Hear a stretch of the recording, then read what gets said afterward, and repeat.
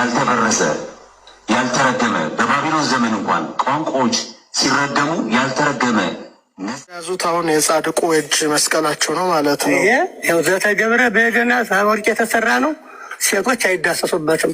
ታጥቦ ይጠጣሉ። መካን ከሆኑ ይወልዳሉ። ድንግል ማርያም በሌለችበት አብን ማየት አይቻልም። ድንግል ማርያም በሌለችበት ወልድን መመልከት፣ ወልድን መከተል፣ ኢየሱስ ክርስቶስን ማመን አይቻልም። ድንግል ማርያም ስትሆን የሞተን አታስነሳም ልትል ነው መናፍቅ አይደል? ጳውሎስ አላስነሳም፣ ጴጥሮስ አላስነሳም። አስነስቷል። ጴጥሮስ እና ጳውሎስ ከሚያስነሱት በላይ ይብዛላችሁ። እሺ ጆዬ ሰላም በል፣ እንኳን ደህና መጣ። ከዛ ባሚ ወንድምነህ ዳንዬ ካላለ ካልሆነ ወደ ቪዲዮዎች እንሄዳለን። ታንክ ኤርሚዬ ስላየው ደስ ብሎኛል። ሁላችሁም በዚህ ያላችሁ እና ሞጽሉን መስወርቢኒ ዳኒ ሰላማችሁ ይብዛ። ባሚ ገነት እግዚአብሔር ባርካቸው። ኤርሚዬ ተባረክ። በጣም ትልቅ ነገር እያደረክ ነው። በቀደም ፊድባክ እየሰማሁ ነበረ። ታላቁ ጅብሪል ቤት እነ ዘማርያም ሁሉ እንትን ብለው በጣም በጭንቅ ላይ እንደሆኑ በቃ አልታዘዝም አሉ። በየሰንበት ትምህርት ቤቱ ታቦት ምንድን ነው? ታቦት በአዲስ ኪዳን የለም እያሉ አስቸገሩ። ስዕልን እየተጠራጠሩ ስዕል እንዴት ያድናል? እንዴት ለስዕል ይሰገዳል? የሚል ትውልድ ተነሳ። እባካችሁ ተቆጡ እየተባለ በጣም ብዙ ሺህ ሰው ባለበት ቤት ውስጥ እየተነገረ ነበርና ደስ ያለኝ ያው ፍሬ ያፈራን በጣም እያፈራን ነውና እግዚአብሔር ይመስገን። እሱም ቪዲዮ ፈልገን እናየዋለን። በጣም ሰፊ ነገር ነው ዘማርያም የተናገረው። በቃ ተበላን አለ። በቃ እነሱም ተሐድሶ ናቸው ብለን ስናስወጣ አለ ለነሱ ፕሮቴክት የሚያደርጉ ሌላ ተሐድሶዎች አሉ አለ። ደግሞ እዛ እና ተያይዘዋል፣ ተጠላልፈው በሙሉ ቤተክርስቲያኗን ወረዋታል አለና በጣም እግዚአብሔርን አመሰገንኩ። ኤርሚ በርታ። ቪዲዮውን ፈልገን እናገኘዋለን። እግዚአብሔር ይባርካችሁ። በጣም ጊዜ ኖረናል ብዬ አምናለሁ። ተባረኩ። እግዚአብሔር ይባረክ። ይሄንን ከመስማት የበለጠ ነገር አለ? እኔ በእርግጥ ከውስጥ የሚነግሩኝ ሰዎች አሉ፣ ግን ይሄን ከመስማት የበለጠ ነገር አለ? ወንድሞች እናቶች፣ ሰንበት ትምህርት ቤት ኧረ ካህናቱ ጋር በሉት እያሉ ነው። ጌታ ኢየሱስ ምስክር። ስም እነንትና ብለን መጥራት የለብንም። በሉት አልሰማ ብሎ ያለ ትውልድ በሉት ብለዋል። መጽሐፉም ማለት ነው፣ ሰውን አይደለም የምንለው። ኦኬ በራሳቸው አፍ እንግዲህ እንደዚህ አሁን ስዕል አልቀበልም ብሎ የሚል ትውልድ መጥቷል ማለት ነው። ገድላት ድርሳናት ላይ ያለውን ነገር ቶ አትጠራጠሩ። በእኛው ዘመን አውጥተው ይጥሏቸዋል። ያው ጀምረዋል። በየቆሼ ተራኮ ስትሄድ አንድ ስዕል ነው እየተጣለ ያለው። ኦኬ አንድ ማሰል ቴንክ ዩ ሎርድ። የህዝባችን የዘመን ቁጥር የበሉ እንደ ነቀዝ ተጣብቀው ምድራችን ላይ እነሱ በሱቲ ተጠቅልለው ተከብረው የሚመለኩ እግዚአብሔርን ትውልዱ በእውነተኛ በቅዱስ ቃሉ አስተምሮት መሰረት እንዳያመልክ የጋረዱ መጋረጃዎች እንደዚህ እየተነሱ ነው ማለት ነው። እና እግዚአብሔር ይባረክ። እዚህ ያላችሁ ወንድሞች እናቶች ፕሊዝ ታቡን ምንም አላደረሳችሁትም ወንድሞች።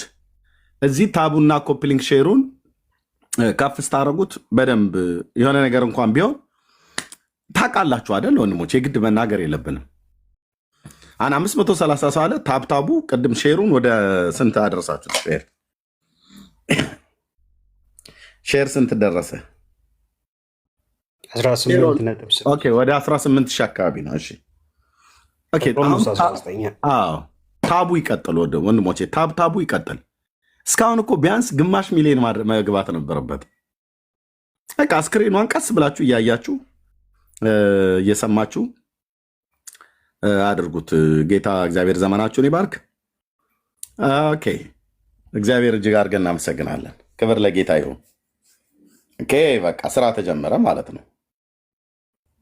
ሰንበት ትምህርት ቤት ውስጥ እንደዚህ መባል ከተጀመረ በቃ ወጣቱ አይሰማ። እንዳትሰማ አንተ ትውልድ፣ እውነቴን ነው የምልህ። ስዕል ፊት አፈንድደህ ስገድ ብሎ ሲል አንተ እንዴት ነው በስላሴ መልክና አምሳሌ የተፈጠርክ ሰውዬ ከራጉኤል ቤተክርስቲያን እናትህ ገዝታ ከአቧራ ላይ ገዝታ ያመጣችውን ስዕል ያድነኛል ብለህ እዛ ስር ቆመህ የምታወራው? ስታወራው ብትል የማይመልስልህ ስትሰግድልህ ምሳይ ጎሽ ቆንጆ አሰጋገድ ሰገድክልኝ ብላ ታውቃለች? የማርያም ስዕል የተወላከፈ ስግደት ለእኔማ እንደዚህ አታቀርብልኝም ብላ አርማ ታውቃለች። ምንም ስገድ አትስገድ ምንም የጌታ እናት ማርያም በዛ ስዕል ላይም ስለሌለች ያ ስዕልም የጌታ እናት ማርያም ስላይደለ ምንም የምትፈይደው ነገር የለም ብራዘር፣ ምንም። ስለዚህ ለራስ የእጅ ስራ የቀልድ ስራ እየሰገድክ እየተንደባለልክ ምንም በቃ የጠገባ እያይመስል ተንከባለት ትነሳለህ እንጂ አንዳች ነገር የሚፈይድልህ ነገር የለም። ከዚህ ይልቅ እግዚአብሔር በመልኩና በአምሳሉ የፈጠረ ግሩም ፍጥረት ነህ። አእምሮን ተጠቀምበት። ቆም ብለህ አስብ። ምን እያደረግኩ ነው በል። ምን እያደረግኩ ነው በል። የስዕልና የቅርጻ ቅርጽ ነገር አብቅቶለታል። አንዳንዱ እኮ ድብድብ ገጥሟል። ቤቱ ገብቶ ውለጂ ወተት ታወጫለሽ አውጭ ታወጣለች ብለዋል ኤርሚያስ እያሉ ድብድብ ከስዕል ጋር በያውጭ። እኔ ልጆቼን እንትን ከጎረቤት ኪራይ ወተት የምከራየው አንቺ ቤት ውስጥ ተቀምጠሽ አውጭ በይ አምጭ፣ አላመጣሽ ወደዛ ዞር በይልኝ። ተጀምሯል ማለት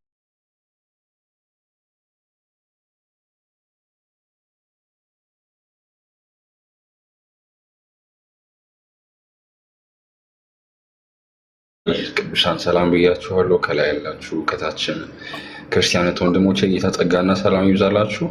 ያው እንደተባለው ኤርሚ ትክክል ነው። እኔም በአንድም በሌላም አሁን በቲክታክ ፕላትፎርም ብቻ ሳይሆን ላይክ በአካልም ብዙ አንዳንድ ቦታዎች ላይ በጣም ውዥንብር እየተፈጠረ ነው። ስፔሻሊ በነዛ ቤተ እምነት ማለት ነው። ትልቅ ነውጥ ነው። ምክንያቱም መጽሐፍ ሲናገር ጠዋትም አንድ ቤት ሲናገር ነበረ ኢየሱስ ክርስቶስ የእግዚአብሔር ልጅ እንደሆነ ከሚያምን በቀር ዓለምን የሚያሸንፍ ማን ነው ይላል ሐዋርያው ዮሐንስ በ5ኛው ምዕራፍ ላይ ሲናገር ማለት ነው። እና ይሄ ነው በቃ ወንጌል። እና ቅዱሳን ተባረኩ። ኤርሚ በአንተ ላይ ስላለው ጸጋ እግዚአብሔር ይመስገን። እንጸልይልሃለን፣ እኛም እናገለግላለን። ሁላችሁም ደግሞ ጸጋ ይብዛላችሁ። ቴንክ ዩ ኤርሚ።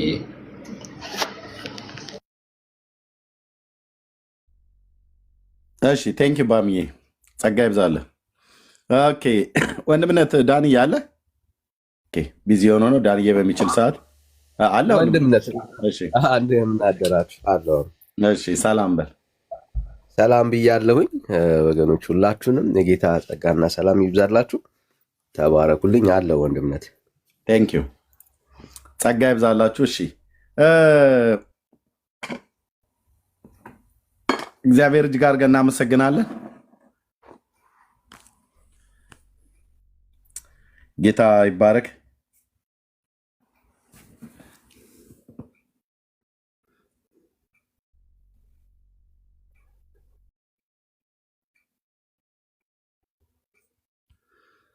ኦኬ ይሄንን ፒክቸር እስኪ እኔ ቪዲዮ ማለት ነው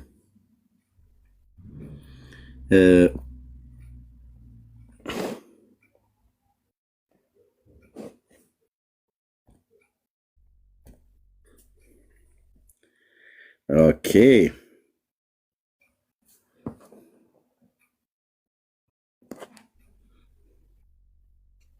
በእጅ የያዙት አሁን የጻድቁ እጅ መስቀላቸው ነው ማለት ነው። ያው ዘተገብረ በገና ወርቅ የተሰራ ነው። ሴቶች አይዳሰሱበትም። ታጥቦ ይጠጣሉ። መካን ከሆኑ ይወልዳሉ፣ በበሽታቸውም ይድናሉ። እና በዚህ ብቻ ሳይሆን 101 ትውልድ ዲቁና ቅስና ይሰጣል። ቀደም ብዬ ነገራችሁ በብፁዕ አባታችን በአቡነ ተክለ ሃይማኖት ጊዜ የአንድ የተከበረ መኳንንት መጣ። በዚህ ወንዶች ሲዳሰሱ ዳስተኝ አለ። ሰውየውም ካሁኑም አለ። አርጅቷ አንደኛ አይዳሰስም ተባለ። ለምን ታቆ ነው የምጠጭ እንጂ ማ እየንተ ጳጳስ ነው እሴት ገላ ይነካውም ተባለ። ከሰሰችው ያን ካህል በተከሰሰ ጊዜ ሲቀርብ ገድሉ ላይ መሰከረ። ብፁዕ አባታችን አቡነ ተክለ ሃይማኖት እንዲህ አለማ በአሁኑ ጊዜ ቢገኝ ጳጳስ ምን ያስፈልጋል? አሁን ጋዜጣው ቀን ያለ ይሄ እንዲሰራ ብለው ያዘዙበት ኩላ አለ። እና ይህ ከወርቅ የተሰራ ነው። ዘተገብረ በደህና ማህራን አለ እንጂ የተሰራ በጥበበኞች የተባረከ በዚህ በእጅ የያዙት አሁን የጻድቁ እጅ መስቀላቸው ነው ማለት ነው። ያው ዘተገብረ በደህና ወርቅ የተሰራ ነው። ሴቶች አይዳሰሱበትም። ታጥቦ ይጠጣሉ። መካን ከሆኑ ይወልዳሉ። አሁን እንግዲህ ይህ ወንድሞች እናቶች እንዴት እኮ አጸያፊና ቀፋፊ ነገር እንደሆነ አስቡ።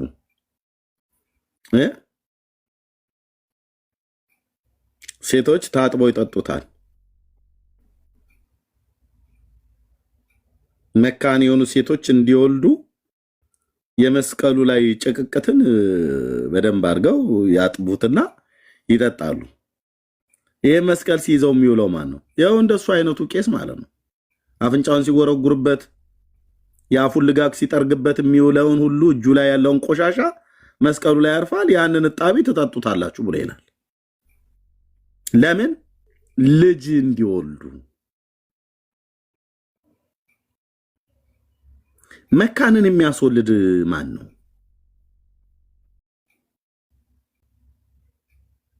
ይሄ እንግዲህ የዘርአ ብሩክ የሚባለው መስቀል ተብሎ የተባለ ከወርቅ ተሰራ የተባለው ነው። ወገቡን ማያከከበት በጣም ጥሩ ነው። ብራስሬ እሱ ጋር ሌላ ቦታ እዛ ድረስ ብዙ አትሄድ። ወገብ ማማከክ ምንም ሸጋ ቦታ ነው ብለህ ትላለህ።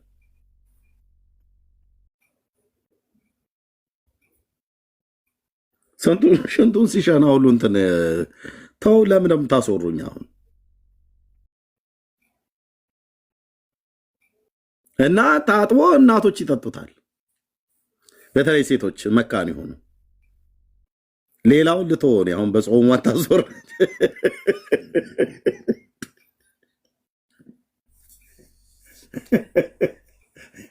የምን ጾም ብለህ ኤርሚያው ምንድን ነው? እኔ ግን ከዚህ በኋላ ቤቴ ችግር አለበት ሪፖርት ተደረገብኝ እንዳልሰማ። አይ እታች አንደኛው ማነው? እኔ እንድሪያስ ነኝ ብሎ የሚለው ጀርባውን ያከከበት አላል። ጀርባማ ምን በደጉ ጊዜ እኮ ቀረ እንዴ! ስንት ነገር የሚጨብጡት ወንዶች እኮ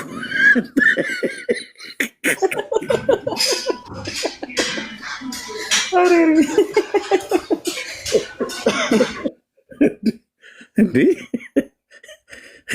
ኧረ ተይ ግን ይኸውልሽ፣ ግድ የለሽም ቀና ብለሽ እስቲ ዝም ብለሽ አስቢ።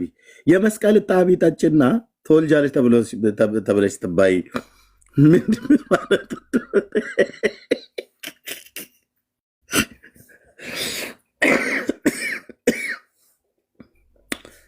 አይ ተውኝ እስቲ። ታውት ቁርሱን እናንተ እዚህ ቤት እኮ ቁርስ ሳትበሉ እንዳትገቡ ብያለሁ። ማነው ቁርስ እየበላችሁ አትግቡ። ምሳም ካለ ውጡ ከዚህ ቤት። ምክንያቱም እዚህ ቤት ብዙ ነገር ነው የሚነሳው።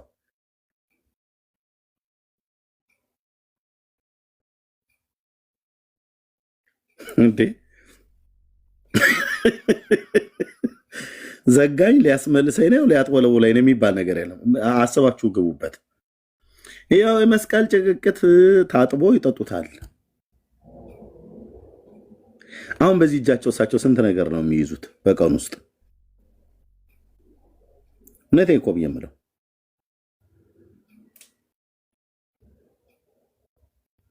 መቋሚያ እኮ ብቻ አይደለም የሚይዙት፣ መስቀል ብቻ አይደለም የሚይዙት። እንዲህ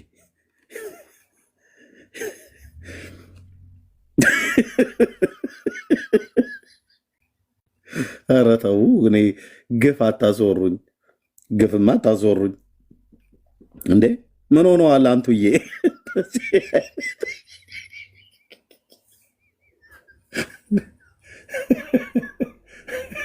አታወራትም ኤርሚያስ ዛሬ በቃ ቻለው ዝለለው። ዶክተር ሮዳስ ቁጭ ብሎ ይጠይቅልሃል እኮ ቁጭ ብሎ ማለት ነው። ስንት ነገር ነው የሚጨበጠው። እና በዚሁ እጃቸው በዛ በጨበጡበት እዚህ መጥተው መስቀል ይጨብጣሉ። ያ በኋላ ደግሞ ታጥባችሁ ይታጠባል። ጠጡት ሴቶች።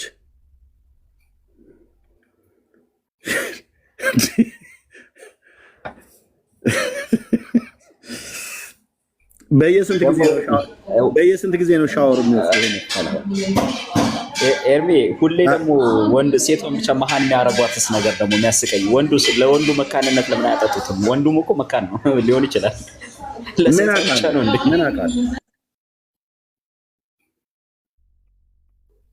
ምን አውቃለሁ?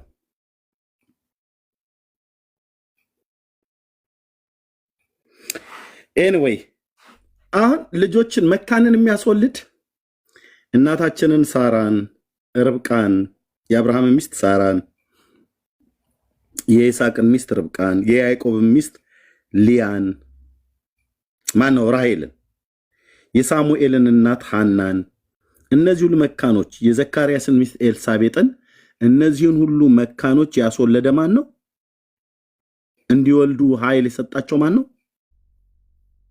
የተዘጋው ማህፀናቸውን የከፈተው ማን ነው? እግዚአብሔር ነው። ምክንያቱም ልጆች የእግዚአብሔር ስጦታ ናቸውና። ኦኬ ከህግ ባላቸው ጋራ የሩካቤ ስጋ እንዲፈጽሙ እግዚአብሔር አቅም ኃይል ሰጥቷቸው እድሜያቸው ምን እንኳን የቱን የሚያህል ቢገፋ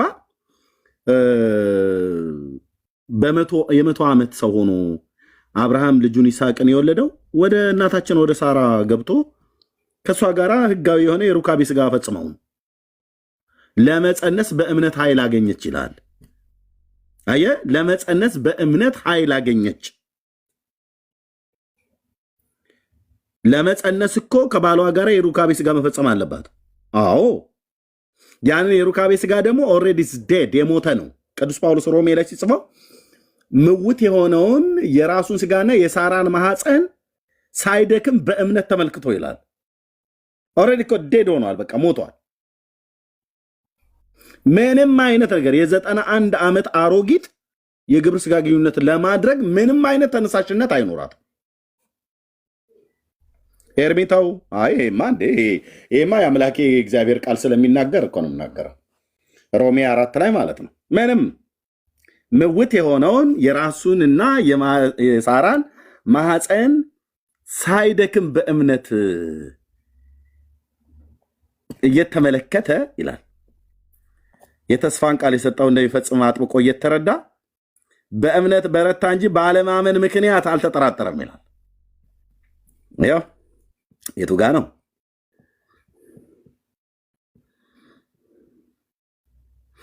እዚጋ ያው የመቶ ዓመትም ሽማግሌ ስለሆነ 100 ዓመት የሞላ ድፍን ሽማግሌ 100 ዓመት የሞላው ማለት ነው ስለሆነ እንደ ምውት ማለት የሞተ ማለት ነው። እንደ ምውት የሆነውን የራሱን ስጋና የሳራን ማህፀን ምውት የሞተ መሆኑን በእምነቱ ሳይደክም ተመለከተ ይላል። ኦኬ የሁለቱም ስጋቸው ሞቷል ሚንስ ለመጸነስም ይሁን ለማጸነስ አቅም እኮ ይጠይቃል። እውነት ለመናገር ማለት ነው እንዴ ሩካቤ ስጋ እንኳን ለመፈጸም እኮ አቅም ይጠይቃል፣ ኃይል ይጠይቃል። ከጉልበት የሚወጣ ይወርሳል ብሎ የሚለው ቃል ጽድቁ ሲነገርማ ኩነኔ አታድርጉት። ኩነኔው ሲነገር ጽድቅ አታድርግ። ይሄ የጽድቅ መንገዱ ነው። የሩካቤ ስጋ እንኳን ለመፈጸም ኃይል ይጠይቃል። ኃይል ይጠይቃል። በእምነት ሳይደክም ተመለከተ ይላል።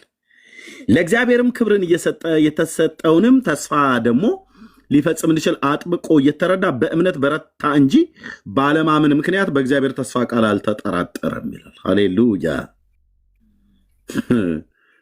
ስለዚህ ለመጸነስም እግዚአብሔር ልጆችን እንዲወልዱ በፍቶት ማለት በሩካቤ ስጋ ፍቶት አልኩኝ፣ በሩካቤ ስጋ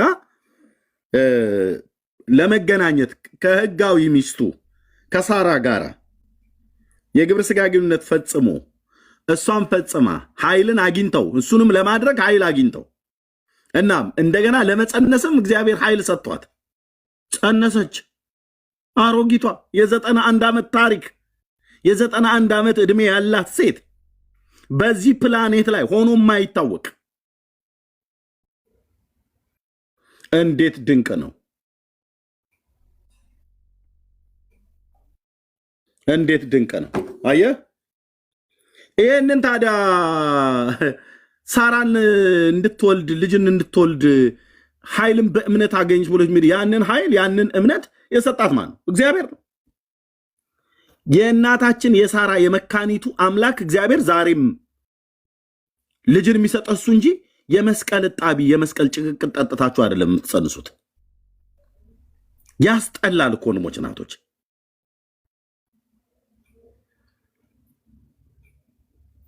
እጣቢ ጠጥታ እንትን ተዘፍዝፎላት እንትን ብላ ምናም ነገር ብሎ የሚል የለም። በቃ እግዚአብሔር ነው ልጅ የሚሰጥ። ልጆች የእግዚአብሔር ስጦታ ናቸው ተብሎ እንደተጻፈ እግዚአብሔር ነው ልጅን የሚሰጥ። እግዚአብሔር ሰጠ ማለት ነው። አሁን ይህን የመስቀል እጣቢ ከጠጡ በኋላ ማን ነው ሊሰጠን ብለው የሚሉት? ዘራ አብሩክ። የዘራ አብሩክን የመስቀል እጣቢ ጠጥቼ ጸነስኩ ብላ ልትል ማለት ነው።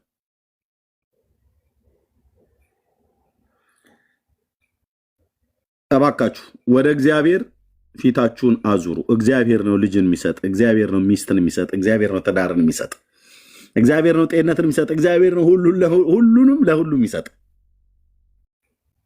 ሁሉንም ለሁሉ የሚሰጥ እና ከእንዲህ አይነት ከጣቢና ከቆሻሻ ከአተላና ከፍርፋሪ በቃ ቢወራ ጣቢ ነው፣ ቢወራ ተቅማጥ ነው፣ ቢወራ አተላ ነው፣ ቢወራ እንትን ነው፣ ፍርፋሪ ነው።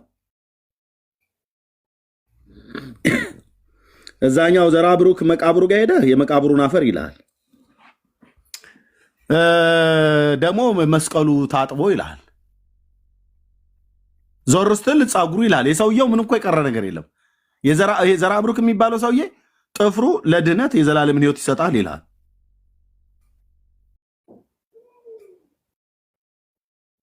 የጥፍር ቁራጩ ተፈልጎ አንገት ላይ እንደ ቀበቶ እንደ ካሰርከው 22 ትውልድ ድረስ ይማርልሃል።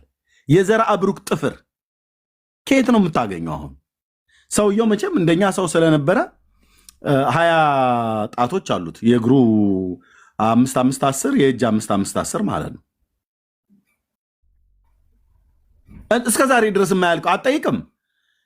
የማን ጥፍር ነው የሚሰጡ ብለህ ብትል የዘራ ብሩክ ጥፍር ነው ብለው የሚሰጡ እዛ ገዳም ሄደው ቁጭ አሉ። ስራ አቶ ቁጭ አለ መነኩሴ የእግሩን ሙዣሌ ያጣመመውን እግሩን እሱን እየቆረጠ ከጥፍሩም ላይ እየቆረጠ ከእጁም ላይ ከእግሩም ላይ እየቆረጠ ያን ቁራጩን ያስቀምጣሉ።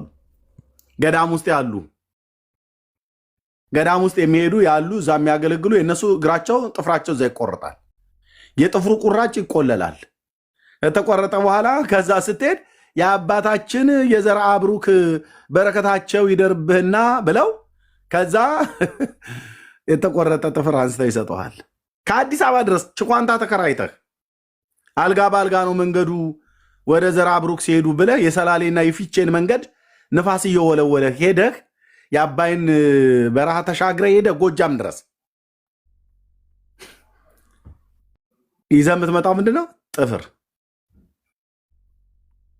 የጥፍር ቁራጭ። እማዬ አቤት፣ ሄጄ እኮ ከበረከታቸው ተካፍዬ መጣሁ። የት ዘራ ብሩክ ምን ይዘህ መጣ? ጥፍራቸውን። ምን ያደርጋል ደግሞ ጥፍራቸው? አረ እንዲህ መሰለሽ እንዴ እታለምዬ፣ እዛ የነበሩት ሰባኪ ሲሰብኩ ሰማሁ። ምን አሉ?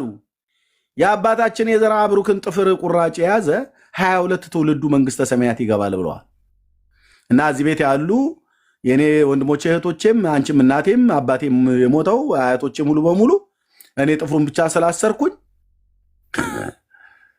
22 ትውልድ ይማራል ብሏል ብሎ ጥፍር አምኖ ጥፍር አስሮ ይዞራል፣ ይወጣል፣ ይገባል።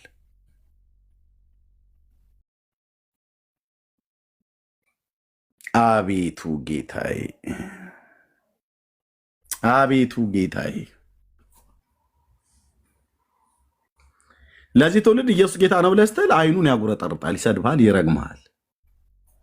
አንተ የተረገምክ እንዴት እንደዚህ አይነት እንዴት ግድም ብታድጉ ነው እንዴት ኢየሱስ ያድናል ትላለህ? አንተ ነውር አይደለም እንዴ ይላል ሽማግሌ ሁሉ ጭምር።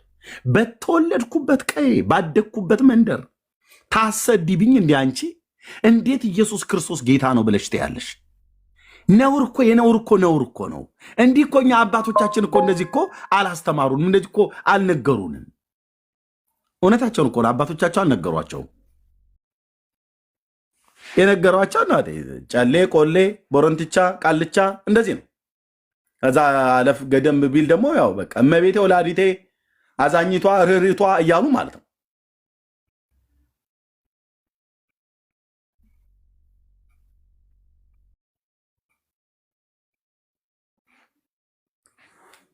ስለዚህ እጣቢ በመጠጣት እህትዬ ለምን በብርጭቆ አይደለም በጋን ለምን ስጠጫ ዘመንሽን ቁጥር የመስቀል እጣቢ የእግር እጣቢም እንዳደፉ ተብሏል እኮ ይጠጣል። በጌታ ኢየሱስ ክርስቶስ እኔ ራቴን አሁን ነበር የበላሁት። ምን ብዬ ነው እዚህ ውስጥ ግን የገባሁት? አባ ገብረ ኪዳን እኮ ብለዋል፣ የእግር እጣቢ እንዳደፉ ብለዋል። የመስቀል እጣቢ ይጠጣል፣ የእግር እጣቢ ይጠጣል፣ የዕቃ እጣቢ ይጠጣል። ወንድሞቼ እጣቢ በጣም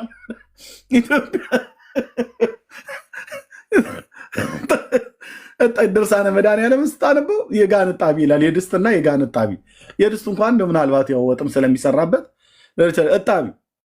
አባ ገብረ ኪዳን የእግር እጣቢ። አሁን ታዩት የመስቀል እጣቢ ምንድን ነው የቀረ? ምንድን ነው የቀረው? የምን እጣቢ ነው የቀረው? እስቲ በዘራ ብሩክ መስቀል እጣቢ ተአምር የሰማ እህቱ ወይ አክስቱ የወለደች ኦርቶዶክሳዊ ካለ መጥቶ የሚመሰክር ሁለት ቦታ አለ፣ መግባት ትችላላችሁ።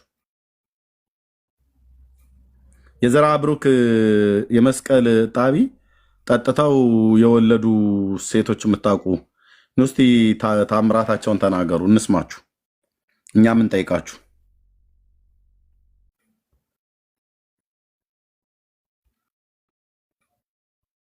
ኦርቶዶክሳውያን ብቻ የሆኑ ይላኩልኝ ፕሊስ፣ ከገስት ላይ ወረዱ።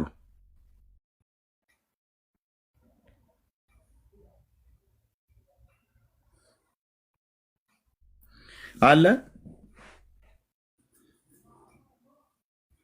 ይህን ታምራቱን ሊናገር የሚችል አይቻለሁ እኔ ታምሩን። የመስቀሉን እጣቢ ጠጥታ መንታ ስትወልድ አውቃለሁ፣ ወይ አንድ ስትወልድም አውቃለሁ፣ ይሄ መጽሐፍ ቅዱሳዊ ነው ብሎ ሊመሰክር የሚችል የዘራ ብሩክን የመስቀል እጣቢ ጠጥታ የወለደች ሴት የሚያውቅ የሚመሰክር ካለ ቀጥለው ከመሄዳችን በፊት ወንድሞች በዚህም ላይ ሀሳብ ይሰጡበታል። ምን እንደሚባለው እስኪ የምትሉት ካለ ማለት ትችላላችሁ። ቢኒያው ቤቱን ምራው እስኪ። እኔም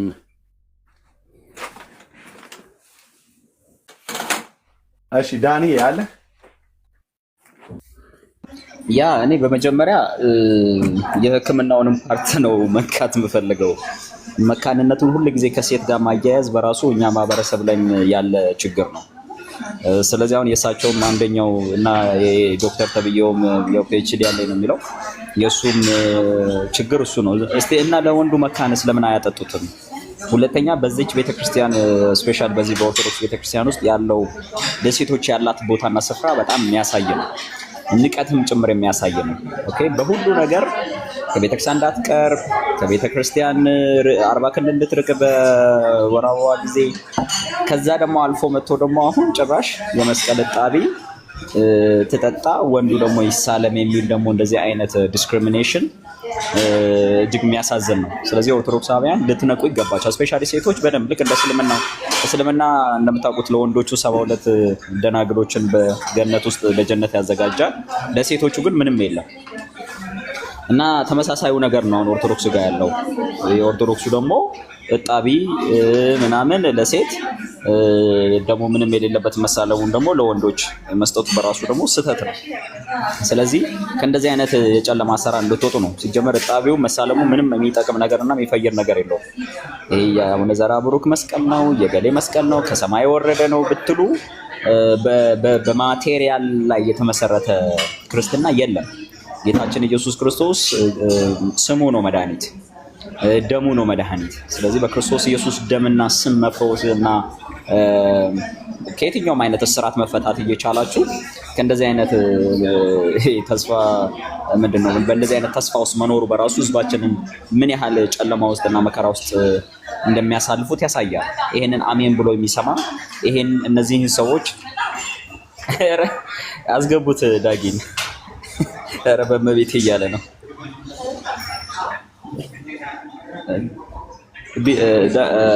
ኤርሚ ያስገባው አመለጠ። አንተ የጣቢው ጉዳይ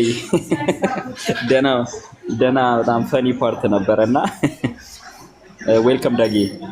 ሶ ምንላችሁ ምንድነው መካንነትን ሁሉ ጊዜ ከሴት ጋር ታያይዙት። ኦኬ በዚህም በዛም ሳይድ ስላለ መጠጣት ካለባቸው ሁለቱንም አጠጧቸው። ቄሱም እዛ ራሱ ሮዳስንም ሁሉንም አጠጧቸው። ራሱ ሮዳስ እሱ እንዲሳለብ የእሱ ሚስት ደግሞ ጣቤ እንድትጠጣ መሆን የለበትም። እንደዚህ አይነት ነገር ፌር አይደለም። ስለዚህ ይሄንን አቁሙ ነው የምንለው። ኤርሚ ያንን እንትኑን ብናይ ደግሞ አሪፍ ነበረ። ይሄ ጥምጣም የጠመጠመ ሰውዬ ጥሩ ዘቤ ማረኝ የሚያስብል ቆንጆዬ ተረት ለቆልናል። እና ዩዘር አለሽ ዩዘር 1085 አይ ቲንክ ታፕታፕ ያደረገችውን አላስወርዷት። እሺ ያው እኔ ጋር ነው ይዛለ። ኦኬ ያ እሺ ዳጊ ይቀጥል። ሰላም በለንና እሺ ሰላም ወገኖች እንዴት ናችሁ? ሁላችሁም ያለው በጣም ያመለጠኝ ነገር እንዳለ ይሰማኛል። የሰማችሁ ነበር አሁን ስገባ ማለት ነው። እና ምንድነው ያመለጠኝ ነገር ካለ እንደው አንድ ሰው ብሪፍ ቢያደርግልኝ ደስ ይለኛል። እስከዛው ሰው ኃይሌ ገብረ ስላሴ ኃይሌ አንተ ይሄ ነበር ያመለጠ። ኃይሌ ካመለጠማ አትይዘውም። እሺ ሰልዬ፣ ቢኒ፣ አሞፄ፣ ዳኒዬ፣ ጆኒዬ፣ ባሚዬ፣ ኤርሚዬ ታች ያላችሁ ሁሉዬ እንዴት ናችሁ? ጌታ ይባርካችሁ። ወዳችኋለሁ። አይ ዶንት ኖ እንግዲህ ልስማችሁ ምንድን እንደተወራ አልሰማሁኝም። ምንድን ነው ኤርሚ? እጣቢ ነው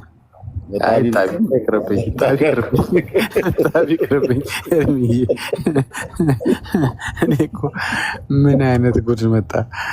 አይ እጣቢ አጠላ ምናምን ጭስ መቼም አይጠፋም።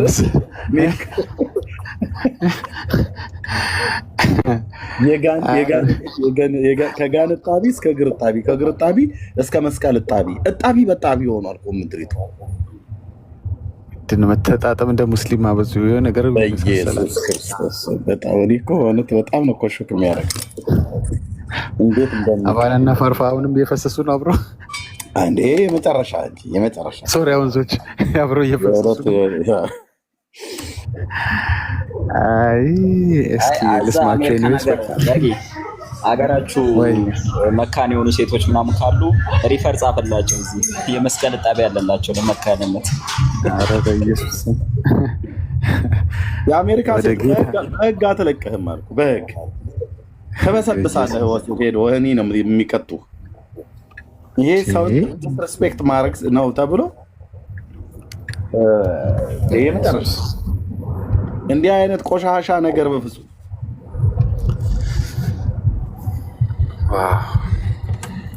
እንዴ! እህቶች እናቶች መቀለጃ ናቸው እንዴ? ወንድ የሚስመው ሴት የማትስመው መስቀል ምን ስለሆነ ነው? ከወርቅ ስለተሰራ ነው ወይስ ክርስቶስ ደሙን ስላፈሰበት ነው ብለው ሊሉ ነው? የተሰራው ወርቅ ከወርቅ ነው። ማነው መስቀሉ ከወርቅ ነው አይደል ተሰራ የተባለው? ለምንድን ነው ሴቶች የማይስሙት ወንዶች የሚስሙት? ሴት የማትነካው ለምንድን ነው?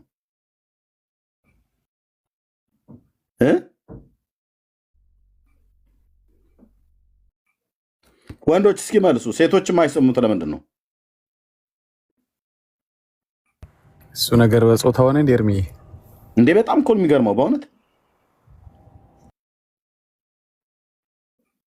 አንዴ ያሰማው እስቲ ቪዲዮውን ታች። አሁን አዲስ የገቡም ስላሉ ይስሙትና ወደ ቀጣዩ እንሄዳለን።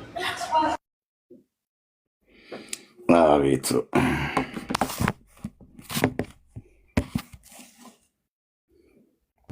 የባለ ዲሹ ስብከት ከሆነ ሰልችቶኛል ኤርሚዬ፣ በጣም ነው የሰለቹኝስ። በእጅ የያዙት አሁን የጻድቁ እጅ መስቀላቸው ነው ማለት ነው። ይኸው ዘተገብረ በደህና ወርቅ የተሰራ ነው። ሴቶች አይዳሰሱበትም። ታጥቦ ይጠጣሉ። መካን ከሆኑ ይወልዳሉ፣ በበሽታቸውም ይድናሉ። እና በዚህ ብቻ ሳይሆን 101 ትውልድ ድቁና ቅስና ይሰጣል። 101 ትውልድ ድቁና ስልጣን ይሰጣል።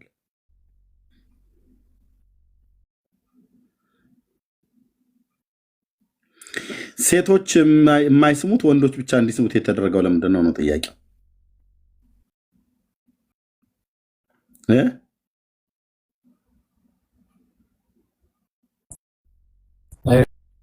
ቤቶች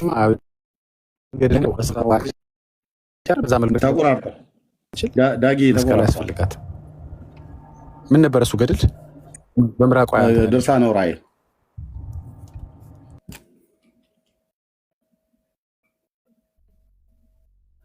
እሱ ድርሳነ ዑራኤል ነው። ዳግሻ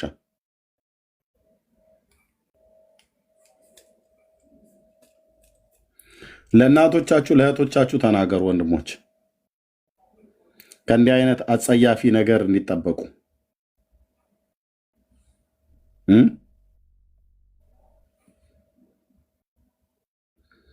ለእናቶች ለእህቶች ክብር የሌለው ነገር ማለት እጣቢ ጠጡ ብሎ ኢንቫይት ማድረግ።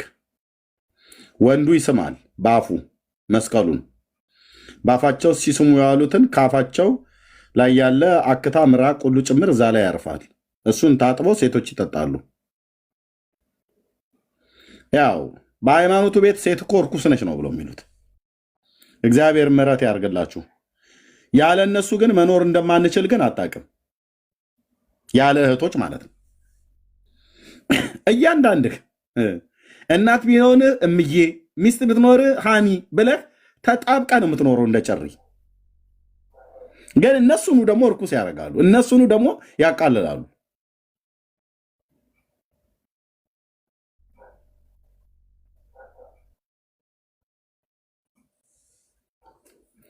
እና ከእንዲህ አይነት እግዚአብሔር ነው ልጅን የሚሰጥ። እጣቢ በመጠጣት ልጅን አታገኙ። ይህን ነው የምንነግራችሁ። በዚህ ጉዳይ ላይ ማንም አይገባም።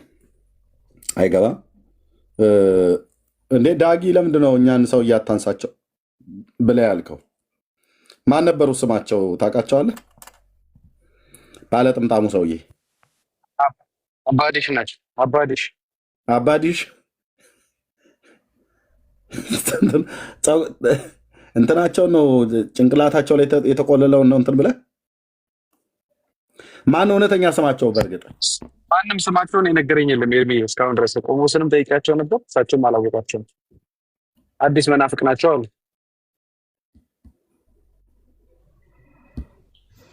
ስማቸው ማን ነው?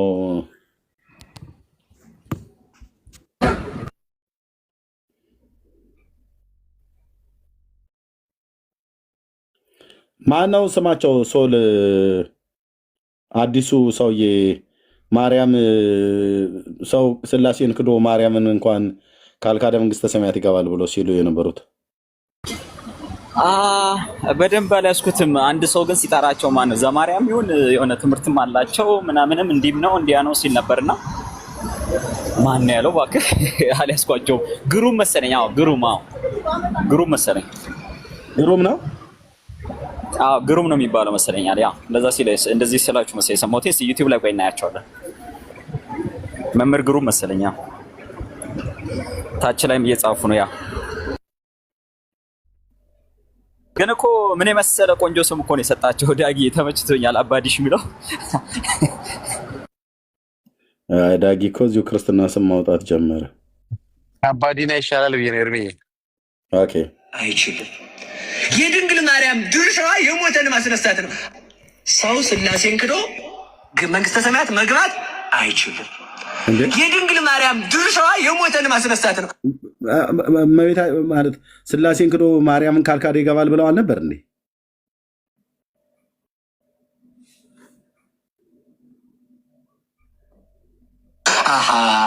ድንግል ማርያም ስትሆን የሞተን አታስነሳም ልትል ነው መናፍቅ አይደል? ጳውሎስ አላስነሳም፣ ጴጥሮስ አላስነሳም፣ አስነስቷል። ጴጥሮስና ጳውሎስ ከሚያስነሱት በላይ ለእነሱ ሃይማኖትን የወለደች ድንግል ማርያም ሙት ብታስነሳ ይደንቃል። በሉ በሙት ንገሩኝ እንጂ የት አለ? እንደ ዝም ብሎ ማቅጣት አይደለም። የት አለ? ቅዱስ ጳውሎስና እነ ጴጥሮስ ሙት ማስነሳታቸው በመጽሐፍ ቅዱስ ላይ ተጽፏል። እሷ ሙት አስነሳች ብሎ የሚል የት አለ የተጻፈው? የት አለ? መናፍቃን ግማሽ ፓርታቸው ነው የሚታየው ምናምን ነገር ብላ እንደዚህ እዚህ ጋር ታይተዋል። ምንፍቅና እየመነፈቁ የት አለ? የቱ ጋር የተጻፈው? አባዲሽ ነው ማነው ያላችኋቸው? እኔ ስማቸውን በትክክል ስላልያዝኩ ነው። ወይስ አባ እንኳን አይደሉም፣ ጠምጥመዋል ነው። ቢጫ ስለለበሱ ነው አባ ያላችኋቸው።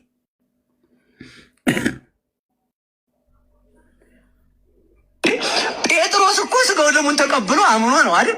ድንግል ማርያም እኮ ሃይማኖትን የወለደች ናት እኮ። ተመልከቱ፣ ሃይማኖትን ከመውለድና ሃይማኖትን ከመቀበል ማን ይበልጣል? ሃይማኖትን መውለድ ለድንግል ማርያም ሙት ከማስነሳት ይልቅ የህይወት የክርስቶስ ማደሪያ መሆን እኮ ነው። ተመልከቱ፣ ዋናው አቤት ሙት ባህሪያችን ህይወትን ያገኘው በድንግል ማርያም ነው። በህልም የሚያምን ሰው የሰይጣን ቤተ ሙከራ ነው ይላሉ ብፁዕ አቡነ ሽኖዳ። ከእግዚአብሔር የሚመጣ ህልም አለ። ከአራቱ ባህሪያት አለመስማማት የሚመጣ ህልም አለ። ከሰይጣን የሚመጣ ህልም አለ።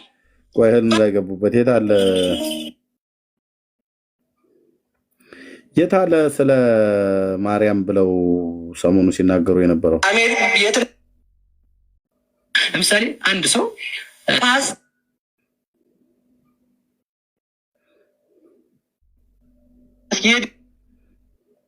እኔ ሻሹ እየከበዳቸው ይመስለኛል ብዙ ነገር። ኦኬ እስቲ ልፈልገው ወገኖች፣ እስከዛ ተናገሩ። ዳኒ ያለህ ልክ ይላሉ። ኤርሚ ልክ ይላሉ። ኦኬ ቴንክ ዩ። እግዚአብሔርን ክዳ እንኳን ብትሞት ድንግል ማርያምን ከተጠጋች ትነሳለች። አሁን እንግዲህ ሊያማቸው ይችላል። ለፈንትና ሰፈር ሰዎች ምንም ማድረግ አልችልም። እውነቴን ድንግል ማርያም የተጠጋችን ኃጢአተኛ ነፍስ እንኳን ብትሆን ሰይጣን ሊወስዳት አይችልም። ቆይ እኚህ ሰውና ብፁዕ አቡነ ገብርኤል የተናገሩት ከሁለታቸው ማነው ምንፍቅናን የተናገረ?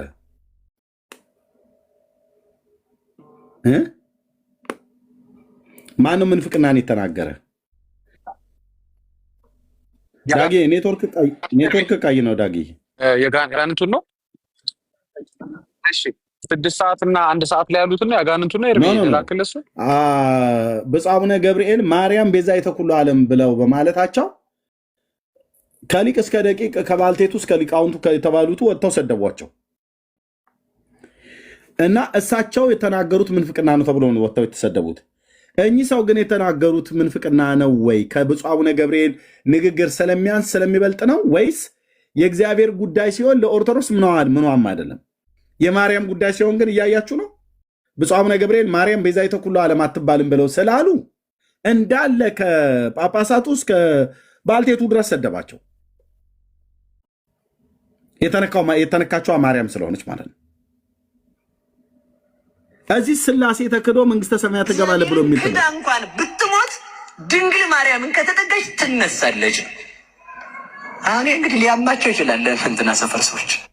አሁን ተጠርተው ተጠየቁ። እኚህ ሰው እንደ ብፁዕ አቡነ ገብርኤል ተሰደቡ። የግድ ይሰደቡ እያልን አይደለም፣ ግን ተሰደቡ። አሁን በቲክቶክ ላይ ያሉት ኦርቶዶክሳውያን በዚህ ጉዳይ ላይ ምን አሉ ሰምታችኋል? እኔ ስላልሰማሁ ነው። ሰምታችኋል? በዚህ ጉዳይ ላይ ሲያወሩ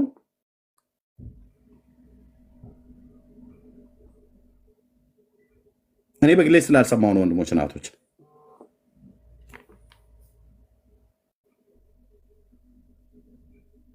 ዝም ነው አይደል ያሉት?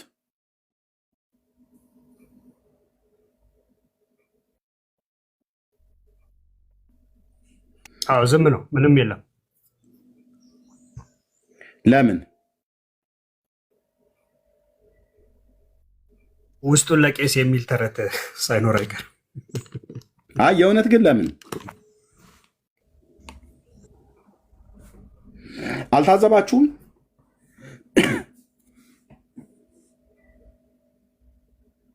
እኚህ ስላሴ ተክዶ እንኳን ማርያም ካልተካደች ፈጣሪ ተክዶ ፍጡር ካልተካደ መንግስተ ሰማያት ይገባል ብለው አሉ።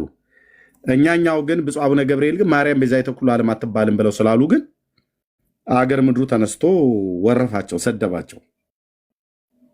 በቋንቋቸው፣ በብሔራቸው፣ በዘራቸው ሁሉ ጭምር አብጠለጠሏቸው። ከፍ ዝቅ አድርገው ይሄ ኦሮሞ ምናምን ነገር እያሉ ያመጣላቸውን ሁሉ ተናገሩ። ዩቲዩብ ላይ ጭምር ያሉ ትልልቅ መምህራን ማለት ነው።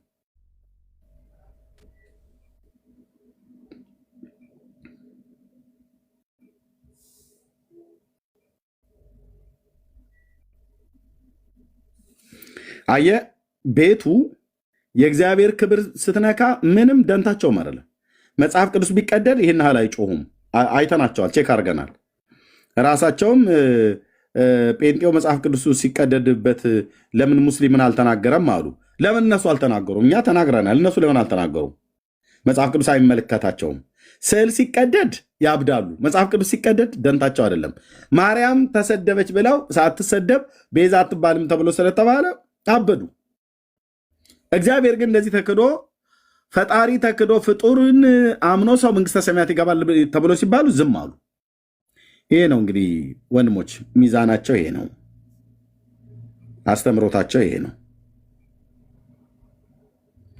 ዝም ብላችሁ ገዝታ አትላኩልኝ። ማን ፋሲካ ደግመ ከላክ ያው በብሎክ አሰናብታለሁ።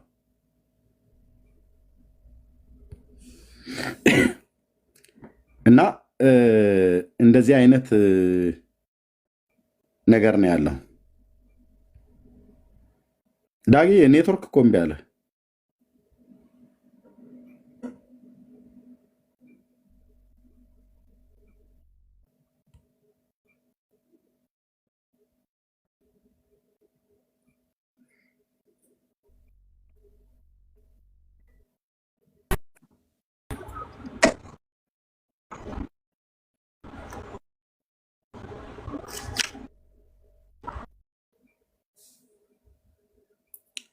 ሚዛናቸው ይሄ ነው ማለት ነው። ምንም ማድረግ አልችልም።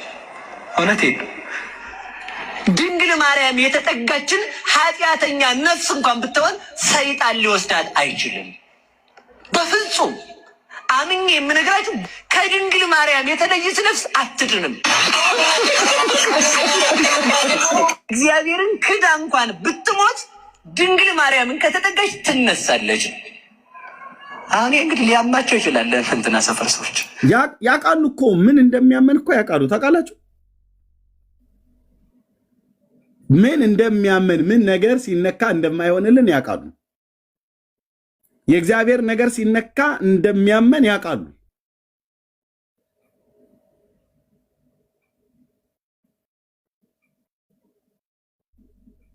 ይህንን አሁን ብሉይ ኪዳን ቢሆን ኖሮ ኪዳኑ እግዚአብሔርን ሰድቧልና የሙሴ ሕግ ዘዳግም ተጠቅሶ ይሄ ሻሽ ከጭንቅላቱ ላይ ይወልቃል፣ የድንጋይ አረር ነበር ላዩ ላይ የሚወርድበት ማለት ነው። እንደ ጥቁር እባብ ጭንቅላቱን ፈጥፍጠው ነበር የሚገሉት ብሉይ ኪዳን ላይ ቢሆን ኖሮ። ምክንያቱም እግዚአብሔርን የሰደበው እግዚአብሔርን የሰደበ ከሕዝቡ መካከል ተለይቶ ይጥፋ ብሎ በሚለው አምላካዊ ቃል መሰረት አልኩ እኮ ይጨፈላልቁት ነበር፣ ጭንቅላቱን ፈጥፍጠው ነበር የሚገሉት። ገና አዲስ ኪዳን ላይ ነው። የምሕረት ዘመን ነው። የምሕረት ዘመን ነው። እንደፈለገ ሰው ያናፋል፣ ግን በፍርድ ቀን ግን መልስ ይሰጡበታል። ስለዚህ አሁን ፍጥረቱ ምን እያሉ ነው የሚያስተምሩት? ዋናዋ ማርያም ነች፣ ማርያምን አትካድ ነው። ስላሴ ነው ብለህ የምትለው ዋና አይደለም።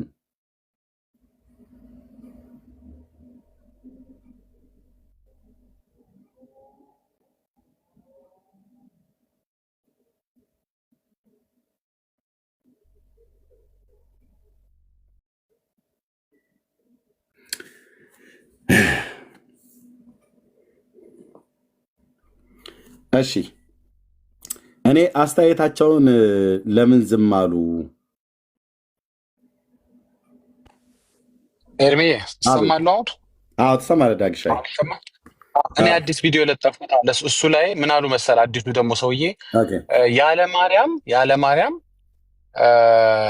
እግዚአብሔርን ማመን እራሱ አይቻልም አሉ። ማመን ተመልከት እንግዲህ በብሉይ ኪዳን በጠቅላላ እሱን አምነው ጽድቅ ሆኖ የተቆጠረላቸው ሰዎች ሁሉ ውሃ በላቸው ማለት ነው እንደሳቸው አባባል። አይተዋል ቪዲዮውን? አንድ ከቻልክ ክፈተው። ሁለተኛ ደግሞ አብንም ማየት አይቻልም ብለዋል ያለ ማርያም። እንዴ በማርያምስ ቢሆን አብን ያየ ሰው አለ እንዴ? ማየት ይቻላል እንዴ? ይሄ ራሱ በጣም ብትሰማው ቪዲዮ በጣም ይገርማል። የእኚህ ሰውዬ ምንፍቅና የሚያስንቅ ነው። እኚህ ደግሞ ያወሩት ገረማችሁ እንዴ ብለው ነገር ይመስላል። ስማውማ ድንግል ማርያም ማምላክ በሌለችበት ድንግል ማርያም በሌለችበት አብን ማየት አይቻልም። እንዴት ሆነ? ድንግል ማርያም በሌለችበት ወልድን መመልከት፣ ወልድን መከተል፣ ኢየሱስ ክርስቶስን ማመን አይቻልም። ድንግል ማርያም በሌለችበት መንፈስ ቅዱስን መታደል መስጠት አይቻልም። እዚህ ጋር ያሉትን ተመልከት። ድንግል ማርያም በሌለችበት አብን ማየት አይቻልም አሉ። ባለችበት አብን ማየት ይቻላል ማለት ነው። አብን ያየ ሰውስ አለ እንዴ? አብንስ ማየት ይቻላል? የለም። አንደኛ። ሁለተኛም ቀጥሎ የተናገሩትን ተመልከተው። ማመንም ነው ያሉት። አንዴ ደግመህ ስማውና እኔ ከዚህ በኋላ አላወራም። ቪዲዮን ቀጥሉ። ማምላክ በሌለችበት ድንግል ማርያም በሌለችበት አብን ማየት አይቻልም። ድንግል ማርያም በሌለችበት ወልድን መመልከት፣ ወልድን መከተል፣ ኢየሱስ ክርስቶስን ማመን አይቻልም። ድንግል ማርያም በሌለችበት መንፈስ ቅዱስን መታደል መሰጠት አይቻልም። ስለዚህ አብ፣ ወልድ፣ መንፈስ ቅዱስ የሚገኙት ድንግል ማርያም ባለችበት ምንም ጥርጣሬ የለም። በቃ እርሷ ሶስቱን የሚያስተባበረች ናት። ኦኬ። አብ፣ ወልድ፣ መንፈስ ቅዱስ የሚገኙት ድንግል ማርያም ባለችበት ነው። እሷ በሌለችበት አይገኙም አሉ ኦርቶዶክሳውያን። ጥያቄ ለእናንተ፣ አብርሃም ቤት የገቡት ማን ናቸው? ለኦርቶዶክሳውያን ይሄ ጥያቄ። አብርሃም ቤት የመጡት ሶስቱ እነማን ናቸው?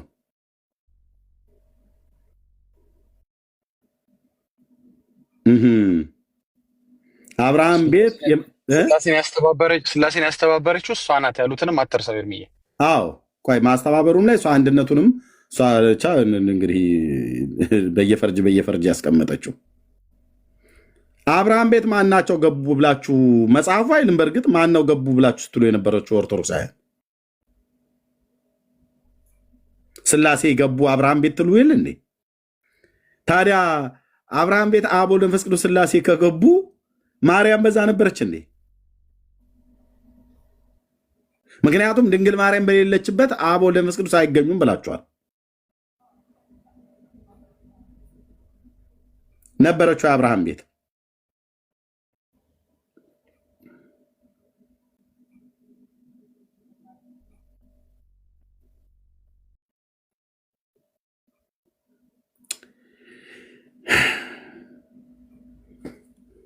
የሚገርም ነው። ድንግል ማርያምን ስናከብራት፣ ድንግል ማርያምን አማላጅነቷን ስንቀበል፣ እናትነቷን ስንቀበል አብን ነው የምንቀበለው፣ ወልድን ነው የምንቀበለው፣ መንፈስ ቅዱስን ነው የምናከብረው። እነዚህን ሁሉ አብን፣ ወልድን፣ ስላሴን የምናከብርባት ትክክለኛ አይቱ መነጽር፣ ስላሴን የምናይባት ትክክለኛ አይቱ ማጉሊያ መነጽራችን ድንግል ማርያም። በቃ ሌላ ምንም የለን። አይናችን ነች ማርያም፣ አይናችን ነች ማርያም የሚል ዘማሪ ያለ ዘምሯል። እግዚአብሔር መንፈስ ቅዱስ ነው የገለጠለት። እውነት አይናችን ናት ማርያም፣ አይናችን ናት። መሬት የምናይበት፣ ኃጢአት የምናይበት ወይም ደግሞ ወንጀል የምንሰራበት አይን አይደለችም። ጽድቅ የምናይባት፣ እውነት የምንመለከትባት፣ ስላሴን የምናይባት፣ ስላሴን የምናምንባት ድንግል ማርያም፣ ቅዱሳንን የምናይባት፣ መስቀሉን የምናምንባት፣ ኢየሱስ ክርስቶስን አምላክነቱን ተገልጦ ያየንባት እውነተኛይቱ አይናችን ድንግል ማርያም ናት። በቃ ስለዚህ መንፈስ ቅዱስ የወረደላቸው እርሷ ስላለች ነው። እርሷ ባትኖር ኢየሱስ ክርስቶስ አይመጣም፣ አይኖርም። ኢየሱስ ክርስቶስ አይወለድም እርሷ ባትመጣ። አብን አናየውም፣ ወልድንም አንመለከተውም። መንፈስ ቅዱስም ደግሞ መጥቶ ለሐዋርያት ቋንቋ እስኪገለጽ ኃይልህ ብርታት እስኪሆናቸው አይመጣም ነበረ። ቤተ ክርስቲያን ከድንግል ማርያም ማህፀን ውስጥ ነበረች። እንግዲህ ታቸው አሁን በእርግጥ ተጠርተው ሁለተኛ እንደዚህ አይነት ውሸት እንዳይለመደውት ተብለው ተመክረዋል። ታውቃለህ አይደል ዳጊ? ከብፁዕ አቡነ ገብርኤል ጋር ብፁዕ አቡነ ፊልጶስ ይባላሉ። እኚህ ብፁዕ አቡነ ገብርኤልና ብፁዕ አቡነ በርናባስ እና እኚህ ብፁዕ አቡነ ፊልጶስ ሁለተኛ እንዲህ አይነት ቀደዳ እንዳይለመደውት ተብለው ተገስጸዋል። በቅዱስ ሲኖዶስ በተባለው ማለት ነው። የምን ውሸት ነው? ማይክራፎን አፎት ላይ ሲይዙ እንደፈለገው ነው እንደሚያወሩት። ምን ሆነው ነው ብፁዕነቶ ተብለው ምክር ተሰጥቷቸዋል። ምክር ተሰጥቷቸዋል። ሲጎነጩ ነው ይመስለኛል። እነዚህ ዝም ብለው ያልሆነ አንድ ጥቅስ አልጠቀሱ። አይናችን ነች አይናችን ስለሆነች አይናችን ነች ይላል እንዴ!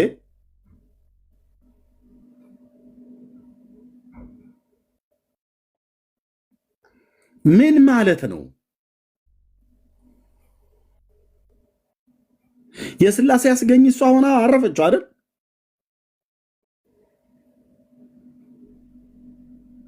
አይናችን ሆና በአጉሊ መነጥር አይናችን እንደምናየው አይናችን ከየት ነው ያመጡት? አይናችን ነች ብሎ የሚሉትን ትምህርት ከየትኛው ሐዋርያ ነው ማርያም አይናችን ነች ብሎ የሚል ትምህርት ያስተማረው?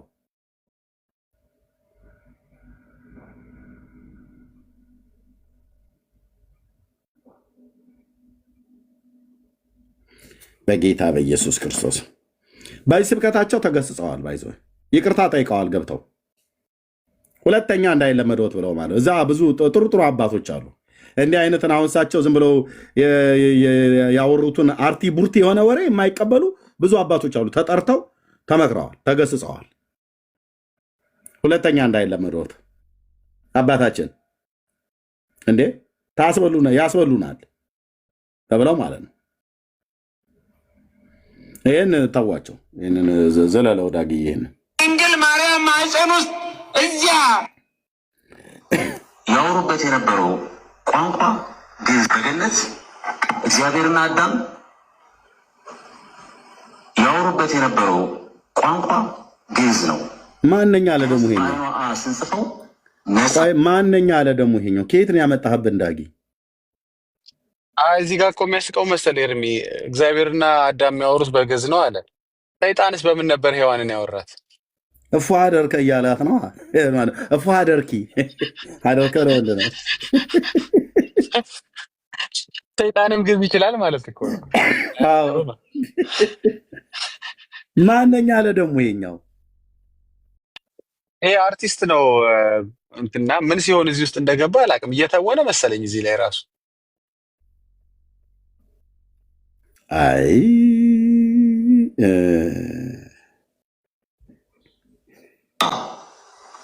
ያልተበረሰ ያልተረገመ በባቢሎን ዘመን እንኳን ቋንቋዎች ሲረገሙ ያልተረገመ ነፃ የነፃ ሀገር ህዝቦች ቋንቋ ግዕዝ ነው። ምንም አይነት የትኛውም ሀገር ቋንቋዎችን ብትመለከቱ 5 የድምፅ ንብረት ነው ያለው። ግዕዝ 7 የድምፅ ንብረት ያለው የቋንቋዎች ሁሉ መነሻ መጀመሪያ ግዕዝ ነው። በገነት በቃ ሁሉም ተነስቶ የሚቀልድብን ሆኗል ማለት ነው። ኮሜዲያኑና አርቲስቱ ሁሉ እኔ እኮ የገረመኝ መሰለህ ድምፅ ንብረት አለው ሲል እኮ በጣም ያሳቀኝ መቼ አፈራው ነው ብዬ ነው። መቼ አፈራው ንብረት ነው ምን አውቃለሁ ነው ከቤተሰብ በውርስ ያገኘው ንብረት ነው። እንዴት ያልታጣው ምን አውቃለሁ ምን አውቃለሁ። ኦኬ የዚህኛው ያባ የመምህር ግሩም ብላችሁ ያላችሁት አንድ የቅርቡ ቪዲዮ ላይ አንድ እግዚአብሔር እንድንለይ ይፈልጋሉ። ከአንድ ያሬዳዊ ዜማ ወጥተን ዘፋኝ እንድንሆን ይፈልጋሉ። ከክርስቶስ ጋርና ደም ወጥተን በእህል ብቻ እንድንኖር ይፈልጋሉ። ከቤተ ክርስቲያን ወጥተን እነሱ ጋር አዳራሽ እንድንቀላቀል ይፈልጋሉ። ስለዚህ የፈለገ ነገር ይሁን መንገዳችንን አንለቅም። እስኪ በሉላችሁ መንገዳችንን በሉ በሞቴ ንገሩኝ። ምን አንልም? በአዲስ ዘመን ከጉንዳን ተምረን መንገዳችንን አንለቅም ነው እያልኳቸው ያሉት። እስኪ ጥያቄ ልጠይቃችሁ። ለምንድን ነው የኛ መንገድ መስመር ያጣው? ለምን ነው መስመር ያጣው? መንገዳችን መስመር አላጣም። ትዳሩ መስመር አላጣም። ክህነቱ መስመር አላጣም። መስመር አጥቷል። አሁን ተመልከቱ። 1 ግራም ተወላለይ ጉንዳን በእነሱ እግር ተረግጦ መንገድ ባህራ። አይ ኤርሚ ግን አስተውልሃል? አንድ ጥቅስ የለም። አንድ ጥቅስ ሰው ምን ይፈልጋል መሰለህ? በዚህ ሰዓት ላይ የለም። በዚህ ሰዓት ላይ ሐዋርያ ከሌ እንዳለው ማርቆስ ላይ እንደተጻፈው ዮሐንስ ላይ አንደኛ ዮሐንስ ላይ ምናምን እንድትለው ነው የሚፈልገው። ሰው የሆነ ጠጠር ያለ ነገር መብላት ይፈልጋል። ተረት ነው ያጠግቡት። በቃ ጠዋት ይነሳሉ፣ አንዱ ቆንጆ ተረት ይዞ ይመጣል፣ አጠገበውት ይወርዳሉ። እንዴት የሁሉ ሰዓት እየተናገሩ አንድ ጥቅስ እንኳን አለ ያደረጉ። በቃ ተረት ነው። በቃ ተረት ፉከራ፣ ተረት ፉከራ። እግዚኦ። ሌላ ተረታም እናት አሉ። እሳቸው የመለሱትን መልስ እንመልስላቸው። እሱን እናሰማለን። አሁን ለእሳቸው ወሬ ለዚህ ወሬ ምንድን ነው ብለን የምንመልሰው? እንደዚህ ብለው እስኪ መልሱላቸው። እኚህማ ሆይ አንቱዬ እስኪ ኑ ይምጡ። የታሉ? የቱ ጋር ነበሩ?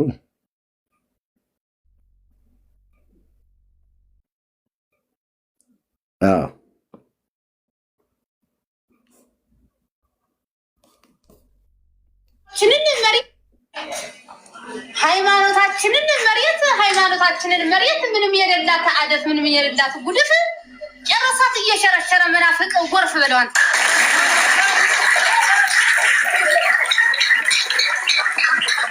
ሃይማኖታችንን መሬት ምንም የሌላት አደፍ ምንም የሌላት ጉድፍ ጨረሳት እየሸረሸረ ወሰዳት እየሸረሸረ መናፍቅ ጎርፍ ብለዋል።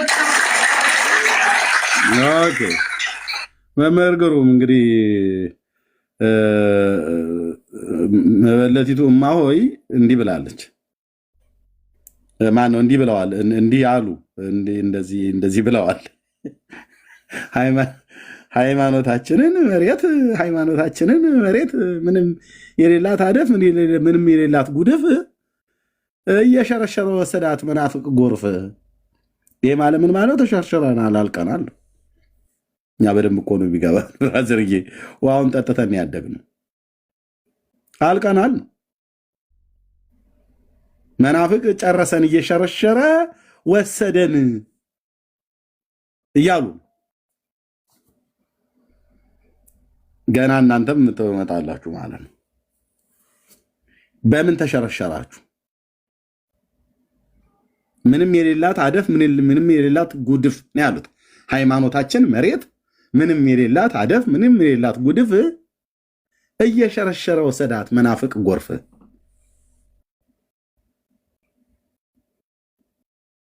ጉባኤ ቃና ነው ምንድነው? ይሄ ምንድን የሚባለው? ለምን የተሸረሸራችሁት? የናቃችሁት መናፍቅ ብላችሁ የምትሉት እንዴት እየሸረሸረ ይወስድባችኋል?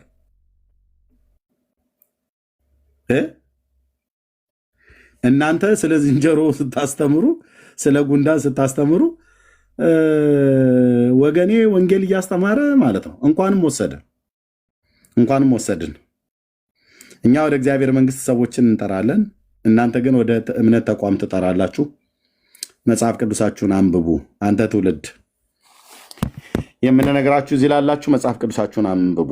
የጌታ የእግዚአብሔር ፍቅር በልጁ በክርስቶስ ኢየሱስ በኩል ተገልጧል። በእርሱ የሚያምን ሁሉ የዘላለም ሕይወት እንዲኖረው እግዚአብሔር ልጁን ወደዚህ ዓለም ልኮልሃል። በቃ እግዚአብሔር አብ አባቱ የላከው ልጁን ኢየሱስ ክርስቶስን የሚሰማ እና በስሙ የሚያምን የኃጢአቱን ይቅርታ ያገኛል፣ ከዘላለም ፍርድ ይድናል፣ የእግዚአብሔር ልጅ ተብሎ ይጠራል። ይህንን እውነት ግን ረግጬ ይሄዳለሁ ብለህ በጉንዳና በዝንጀሮ በዱር እንስሶች እንግዲህ እሳቸውም አይ ቲንክ እንደኔ የገጠር ሰው ናቸው ይመስለኛል። የገጠር ሰው አብዛኛው ቢህሉን የሚናገረው በእንስሳ እያስመሰለ ነው በእርግጥ እና እኔም ይህን ጉዳይ ስናገር ሰምታችሁ ታውቃላችሁ። ከዚህ በፊት የዝንጀሮ ሰርግ የሚመስል ነገር አለ። በተለይ እኔ የተወለድኩበት አካባቢ አንድ ጋሽ እልፍነህ የምንለው ሰው ነበር፣ እልፍነህ ለማ የምንለው ሰው ነበርና እሳቸው በጣም ስለ ዝንጀሮ ግጥም በጣም ነበር ይነግሩ የነበሩ። ደግሞ ቤታቸውም የነበረው ዝንጀሮች ያሉበት አካባቢ ነው። በጣም የዝንጀሮ መንጋ የነበረበት አካባቢ ላይ ነው ቤታቸውን ሰርተው የነበሩት እና ምንም በቃ ሽንኩርት ተክለው አይበቅልም፣ ቢበቅልም ይበሉታል። እሳቸው ወደ ገበያ ወደ ሆነ ቦታ ላይ ዞር ካሉ እንዳለ ከጫካው ወጥተው እዛው ለዝንጀሮቹ መኖሪያ አካባቢ ቅርብ ነበር ቤታቸው። የእውነት ቅርብ ነበር። ቀይ አጭር ናቸው። በጣም ነበር የሚያስቁን እና ሄደን እስቲ ጋሽልፍን እስኪ ንገሩን ብለን እንላቸዋለን ስለ ዝንጀሮ ማለት ነው። እና ምንትስ በእንትስ ብሮ ልጄን እድራለሁ አትወልፈንህ ጓሮ እያለች ዝንጀሮ ልጆቿን በእኔ ግቢ ነው የምትድረው ብለው ይላሉ። ባቄላ ተዘርቶ፣ ስንዴ ተዘርቶ፣ በቆሎ እሸት ተዘርቶ በቃ እንዳለ መጥቶ የዝንጀሮ ቡድን ግመሬ የተባለው አሁን እሳቸው ያሉት የጎበዝ አለቃ እንደሚባለው አለቃው ማለት ነው፣ መሪው ማለት ነው። የዛ የመንጋው መሪ ባለበት ይመጣሉ። እንዳለ ጓሮ ውስጥ ያለውን ጥንቅሽ የለ በቆሎ፣ ሽንኩርት የለ ድንች ያለው ቲማቲም የለ በሙሉ ነቃቅለው ቤት ከፍተው ምናምን ነገር ሁሉ ያደርጋሉ። እና በቃ ከዛ ደግሞ አንዱ አንዱን እየነጠቀ ሲበላ ድብድብ ይነሳል። እና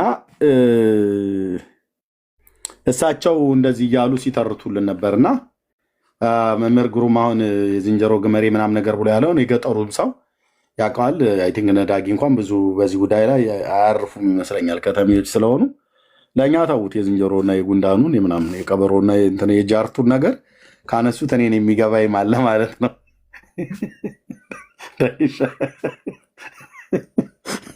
ለእኛ እሱን ለእኛ ተዉት። እና ግን ያሞኔ አሁን ምንድን አሁን እንደዚህ ጠምጥመው ቁጭ ብለው እሺ እንደ ምሳሌ ሊጠቀሙ ይችላሉ። መጽሐፍ ቅዱስን ጠቅሰው ከዘላለም ድነት አኳያ መቼ ነው የጌታ የኢየሱስ ክርስቶስን ሞትና ትንሣኤውን ብሎ ማዳኝነቱን በማመን የሚገኘውን የኃጢአትን ይቅርታ መቼ ነው የሚሰብኩት? እግዚአብሔር በልጁ በክርስቶስ ኢየሱስ የሰጠንን የጸጋውን ወንጌል መቼ ነው የሚሰብኩት? ሰው በእግዚአብሔር ላይ በማመን በጸጋው ትድናላችሁ ብሎ የሚለውን መቼ ነው የሚታመነው? መቼ ነው የሚሰበከው?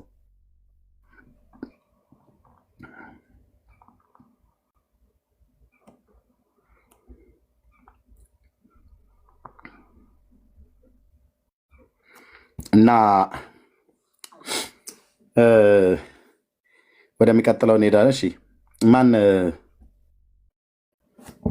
ጠብቀህ ነበረ? ሰላም፣ አመሰግናለሁ። የት ቤተ እምነት ነው? ቤተ እምነት የለኝም አባቴ። እታችሁ ረድ ቴንክ ዩ። እሺ ጸጋ ይብዛልህ። ቤተ እምነት የለህም ግን ልጠይቅልህ እጅህ እስኪዝል ድረስ ትጽፍ ነበረ። ቤተ እምነት ይኑርህ እንጂ መጀመሪያ። ኦኬ ጸጋ ይብዛላችሁ ወገኖች። ወደሚቀጥለው ወደ ሌላ የምናነሳው ነገር ካለ ማንሳት እንችላለን። እንደዚህ አይነት ቪዲዮዎች አንድ ማዕት ነው ያሉት። ግን እኔ ትዝብቴ ምንድን ነው በተለይ የብፁዕ አቡነ ገብርኤል ንግግር ላይ ያን ያህል ተጮሆባቸው ማርያምን ሰደብክ ተብለው ማለት ነው።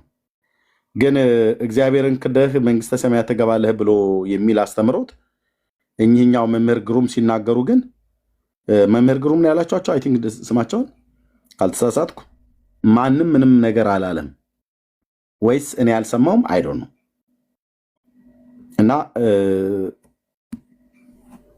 ስለዚህም እንደሚያሳየው በኢትዮጵያ ኦርቶዶክስ ታሪክሲያን እግዚአብሔርን የፈለከውን ያህል ብትሳደብ ማንም ይነካ የለም። ማርያም ላይ ግን የሆነ ነገር ከተናገርክ ግን ከላይ እስከታች ይነሱብሃል። ይሄ የሚያሳየው ምንድነው? ቤቱ በቤት ውስጥ አለቃው ወይ ደግሞ ራስ ማርያም እንጂ ክርስቶስ አይደለም ማለት ነው። ሰምታችኋል? የሰማችሁ ሰዎች አላችሁ? እንዴት እንደዚህ አይነት ትምህርት ይሰጣል ተብሎ እንደው በደንብ አጭሆት ሰምታችሁ ታውቃላችሁ? እዚህ ሶሻል ሚዲያ ላይ በዚህ ጉዳይ አብዛኛው እኔ ጋር ሌሊት ሆኖ በምተኛበት ሰዓት ላይ ነው ኢትዮጵያ ያሉ ላይቭ የሚገቡት።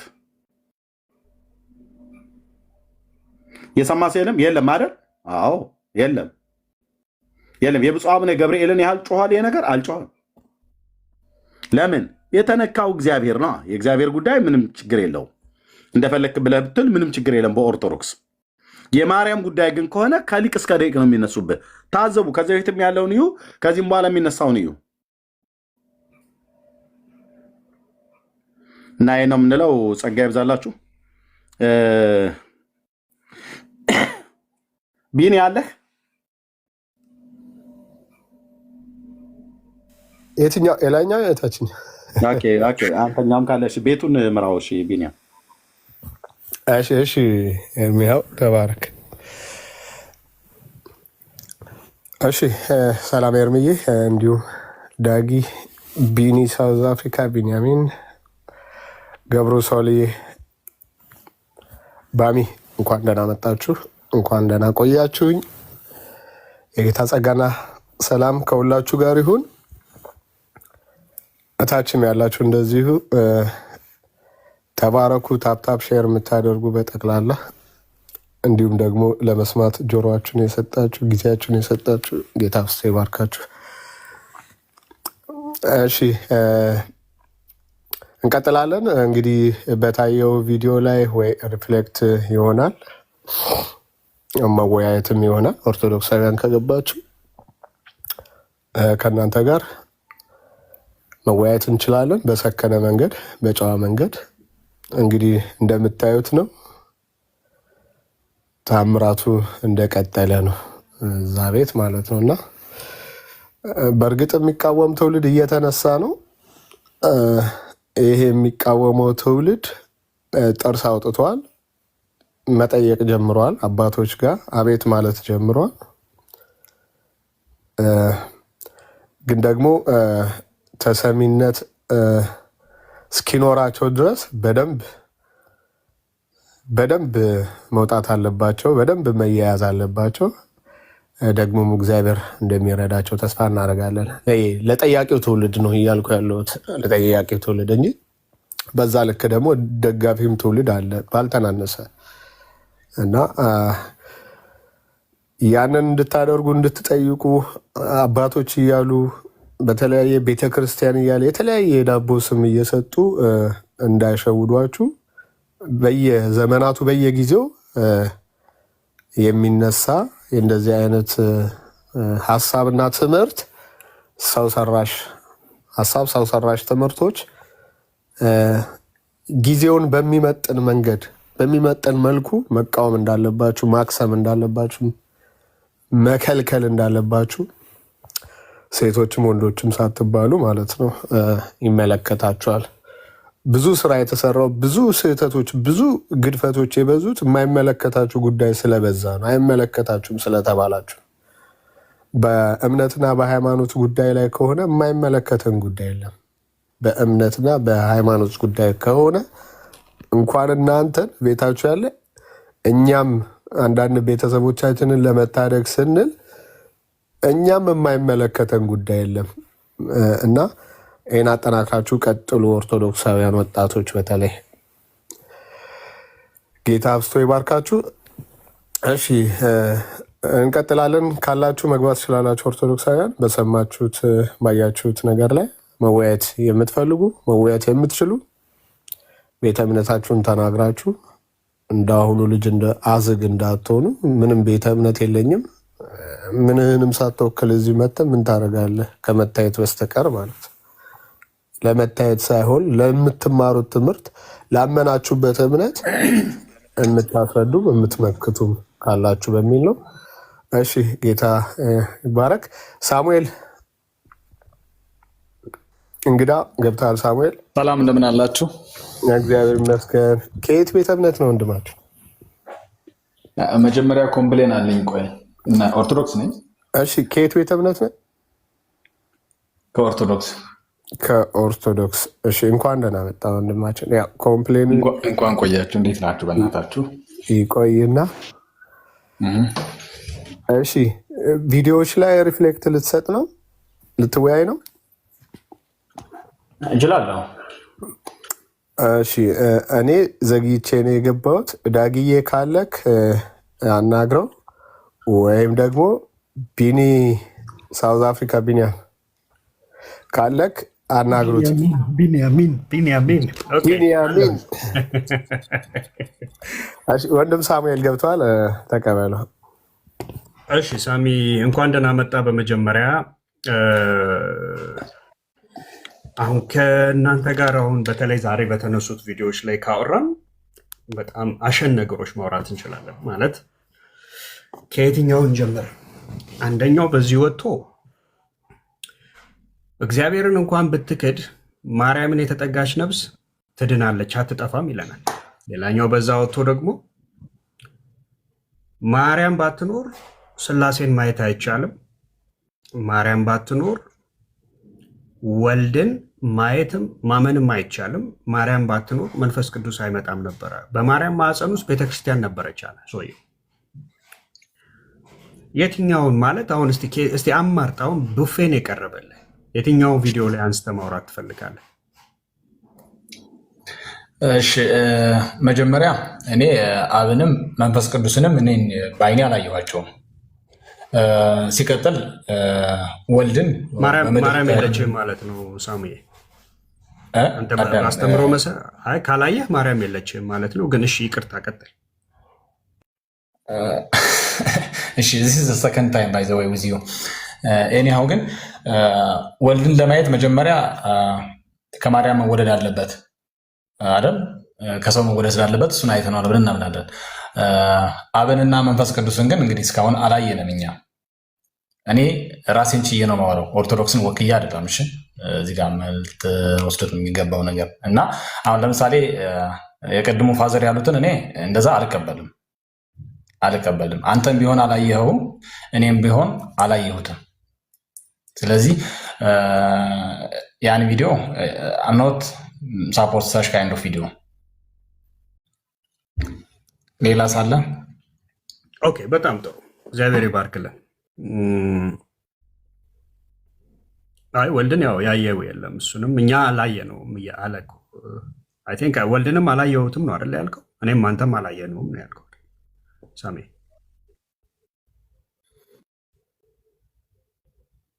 ዳጊ አንተ አይተኸዋል? እሰማለሁ። ትሰማኛለህ ቢኒ? ትሰማኛለህ? ኦኬ ኦኬ። አዎ አይ በአይንህ አንተም እኛም አላየነውም አይደል ወልድን? ቴንክ ዩ። እሱን ነው እኮ ማለት አሁን ለምሳሌ ወልድን እናየው ዘንድ መወለድ ነበረበትና ተወልዶ እንግዲህ ከኛ በፊት የነበሩት አይተውታል፣ ተጽፏል ማለት መንፈስ ቅዱስና አብን ግን አላየንም። ስለዚህ ምናልባት ወልድን አናየውም ነበር ከማርያም ባይወለድ ቢባል ቪዲዮ ኮሬክት መደረግ ይችላል እንጂ በዛ መልክ አልቀበልም። እሺ የወልድ ኤግዚስተንስ በማርያም መኖር ላይ ዲፔንድ ያደረገ ነው ወይስ የማርያም መኖር በወልድ መኖር ላይ ዲፔንድ ያደረገ ነው? እናየው ዘንድ ነው፣ በምድር ላይ እናየው ዘንድ ነው። ገብቶኛል፣ እናየው ዘንድ ነው። እሱ እኮ ገብቶኛል። ግን የእሱ በምድር መወለድ ማርያም ስለነበረች ነው ወይስ ማርያም ባትኖር ራሱ እሱ መወለድ ይችላል? ከዛም በፊት እኔ አላውቀውማ። ማርያም ባትኖር እንግዲህ ሌላ ማርያም ይኖር ነበር አልልህም። ምክንያቱም እግዚአብሔር አንድ ሌላ በምርጫ አይደለም፣ አንድ መረጠ፣ መጣ፣ አለቀ። ትክክል። ሌላ ጋር ይወለድ ነበር ብዬ አልናገርም። አዎ ምርጫው የእሱ ነው የማርያም ነው እያልኩ ነው። የእሱ ነው እንጂ ምርጫው ነው። በቃ ስለዚህ የእሱ ከሆነ በእሷ ፈቃድ እንዳመጣቸው እሷ ባትኖር እሱ አይኖርም የሚል የእሱን ህልውና ወይንም የእሱን ኢቭን በቃል ስጋ መሆን በእሷ መኖር ላይ ዲፔንድ ማድረጉ ልክ ነው ብዬ አላምንም። ምክንያቱም እሷም በእሱ ፈቃድ ስለጸነሰች፣ ስለዚህ ከእሷ አይደለም የሚጀምረው ከሱ ነው። ገብቷል? እሷ ባትኖር ከሚል አይጀምርም። እሱ ስላለ ነው በእሷ መርጧት የተወለደው እንጂ እሷ ስላለች ተብሎ ኢቭን አይጀመርም። በጣም ይሄ በጣም ስሁት የሆነ መንገድ ነው። አልጀመርኩም እኮ ቢኒ፣ አልጀመርኩም እኮ አንተ ጀመርክ። እንደዛ ሳይሆን ነገሩን አጥርተህ ነው እንለፈው ብዬ ነው። እሺ አንደኛው ይሄ ቪዲዮ ነው። ኦኬ ሁለተኛው ቪዲዮ ላይ ደግሞ ምንድነው ሰው እግዚአብሔርን እንኳን ቢክድ ማርያምን የተጠጋች ነፍስ አትጠፋም አለ። ሰው እግዚአብሔርን እንኳን ቢክድ ማርያምን የተጠጋች ነፍስ አትሞትም።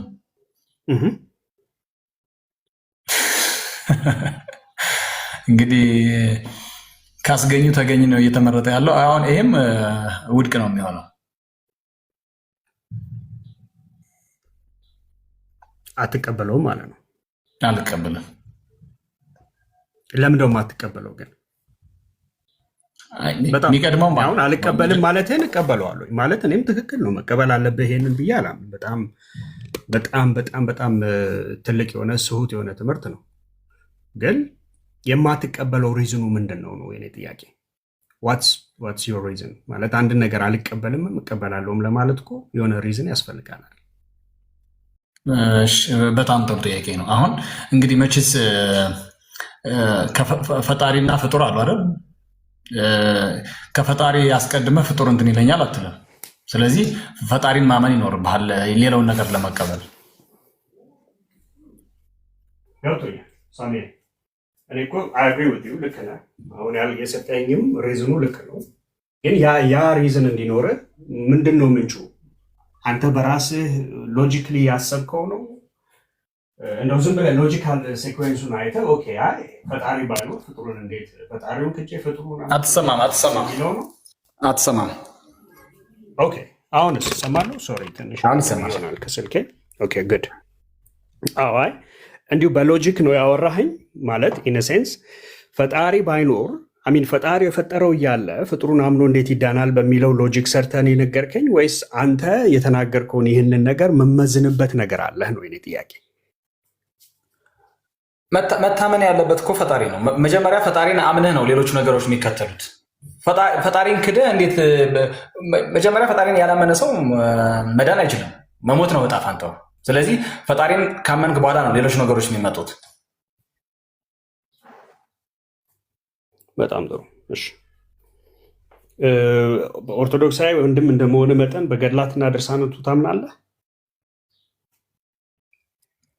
በምንድን ነው ማምነው? ምኑ ላይ ነው ማምነው ማለት ነው?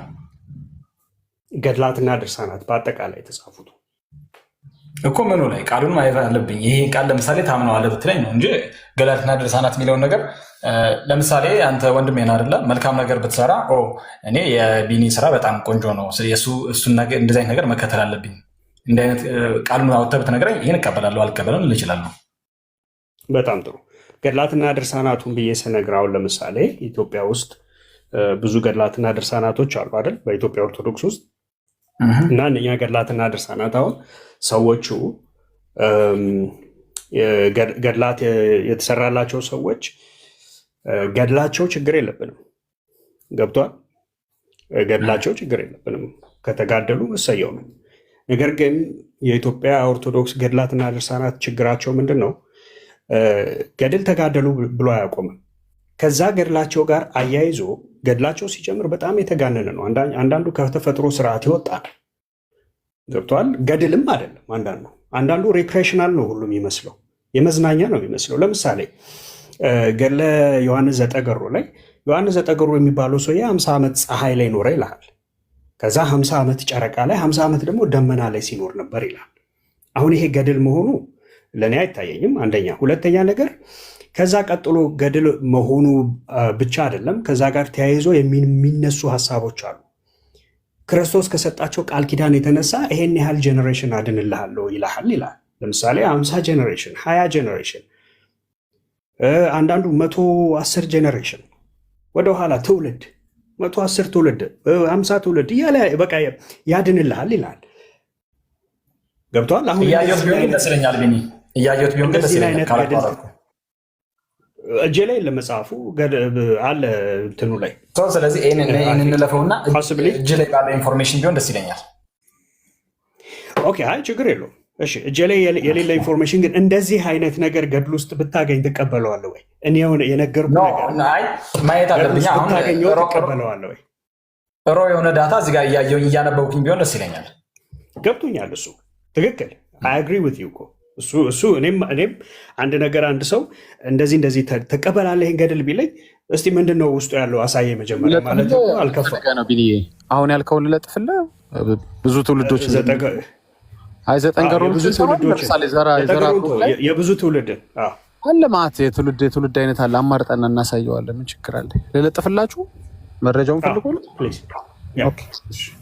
ቢኒም ኤርሚም አለ። ከፈለግ መጽሐፉን ከፈለግ እኔ ልለጥፍልህ ከፈለግ ኤርሚ አለ። እየሰማ ነው ያለ አይመስልም። ኤርሚ አለ አይመስለኝም። ዞር ብሎ ይሆናል።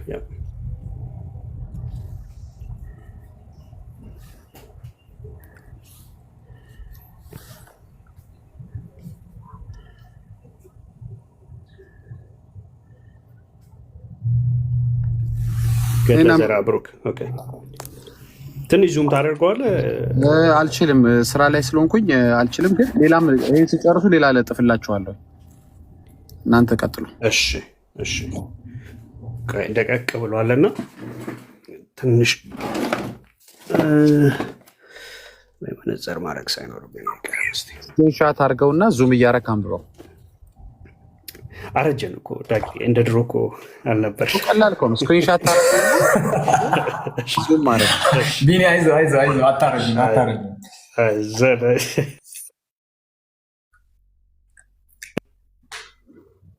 ኦኬ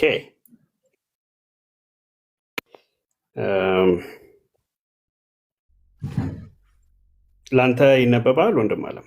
ትንሽ የደቀቀብኝ ስለሆነ ነው።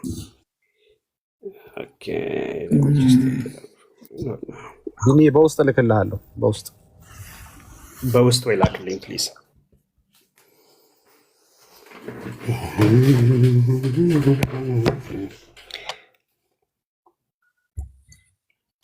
እኔ ግን አንድ ነገር ብናገር በጣም ደስ ይላል። ማለት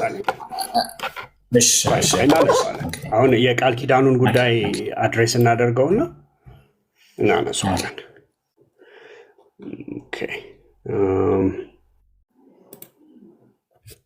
እሺ ምን ይላል? እግዚአብሔር ለወዳጁ ብዙ ቅዱስ አባታችን አባታችሁ ልበለው ለእኛ ስላልሆነ ብዙ ዘርዓ ብሩክ። ኦኬ ታንክ ዩ ዳጊ። እሺ ልድገመው። ዘርዓ ብሩክ ገድል ወይንም ገድለ ዘርዓ ብሩክ በአማርኛና በግዕዝ ነው የተዘጋጀው ይመስለኛል። በአማርኛና በግዕዝ የተዘጋጀው ላይ ገጽ 103 ቁጥር 11 ላይ ያለው እንደዚህ ይላል። እግዚአብሔር ለወዳጁ ብፁዕና ቅዱስ አባታችሁ ዘርዓ ብሩክ ቃል ኪዳን ሰጠው፣ እንዲህ አለው፣ ከልብስህ፣ ከጥፍርህ፣ ከራስህ ፀጉር፣ ከጺምህ፣ ከአፍህ ቁራጭ፣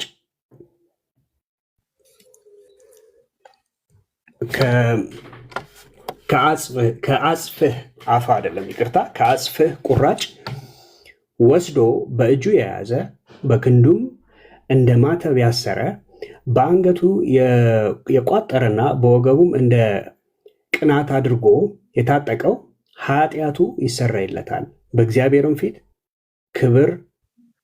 ክብሩ ትበዛለች ይላል። አሁን ይህን አልቀበልም፣ እለፍ፣ ሌላ አምጣ እስኪ። እሺ ወንዶችና ሴቶች ልጆች የልጅ ልጆችም እስከ 22 ትውልድ ድረስ ይድኑላል ይላል። ይኸውልህ አሁን ይሄ ለናሙና ነው፣ አንዱን ያቀረበልህ።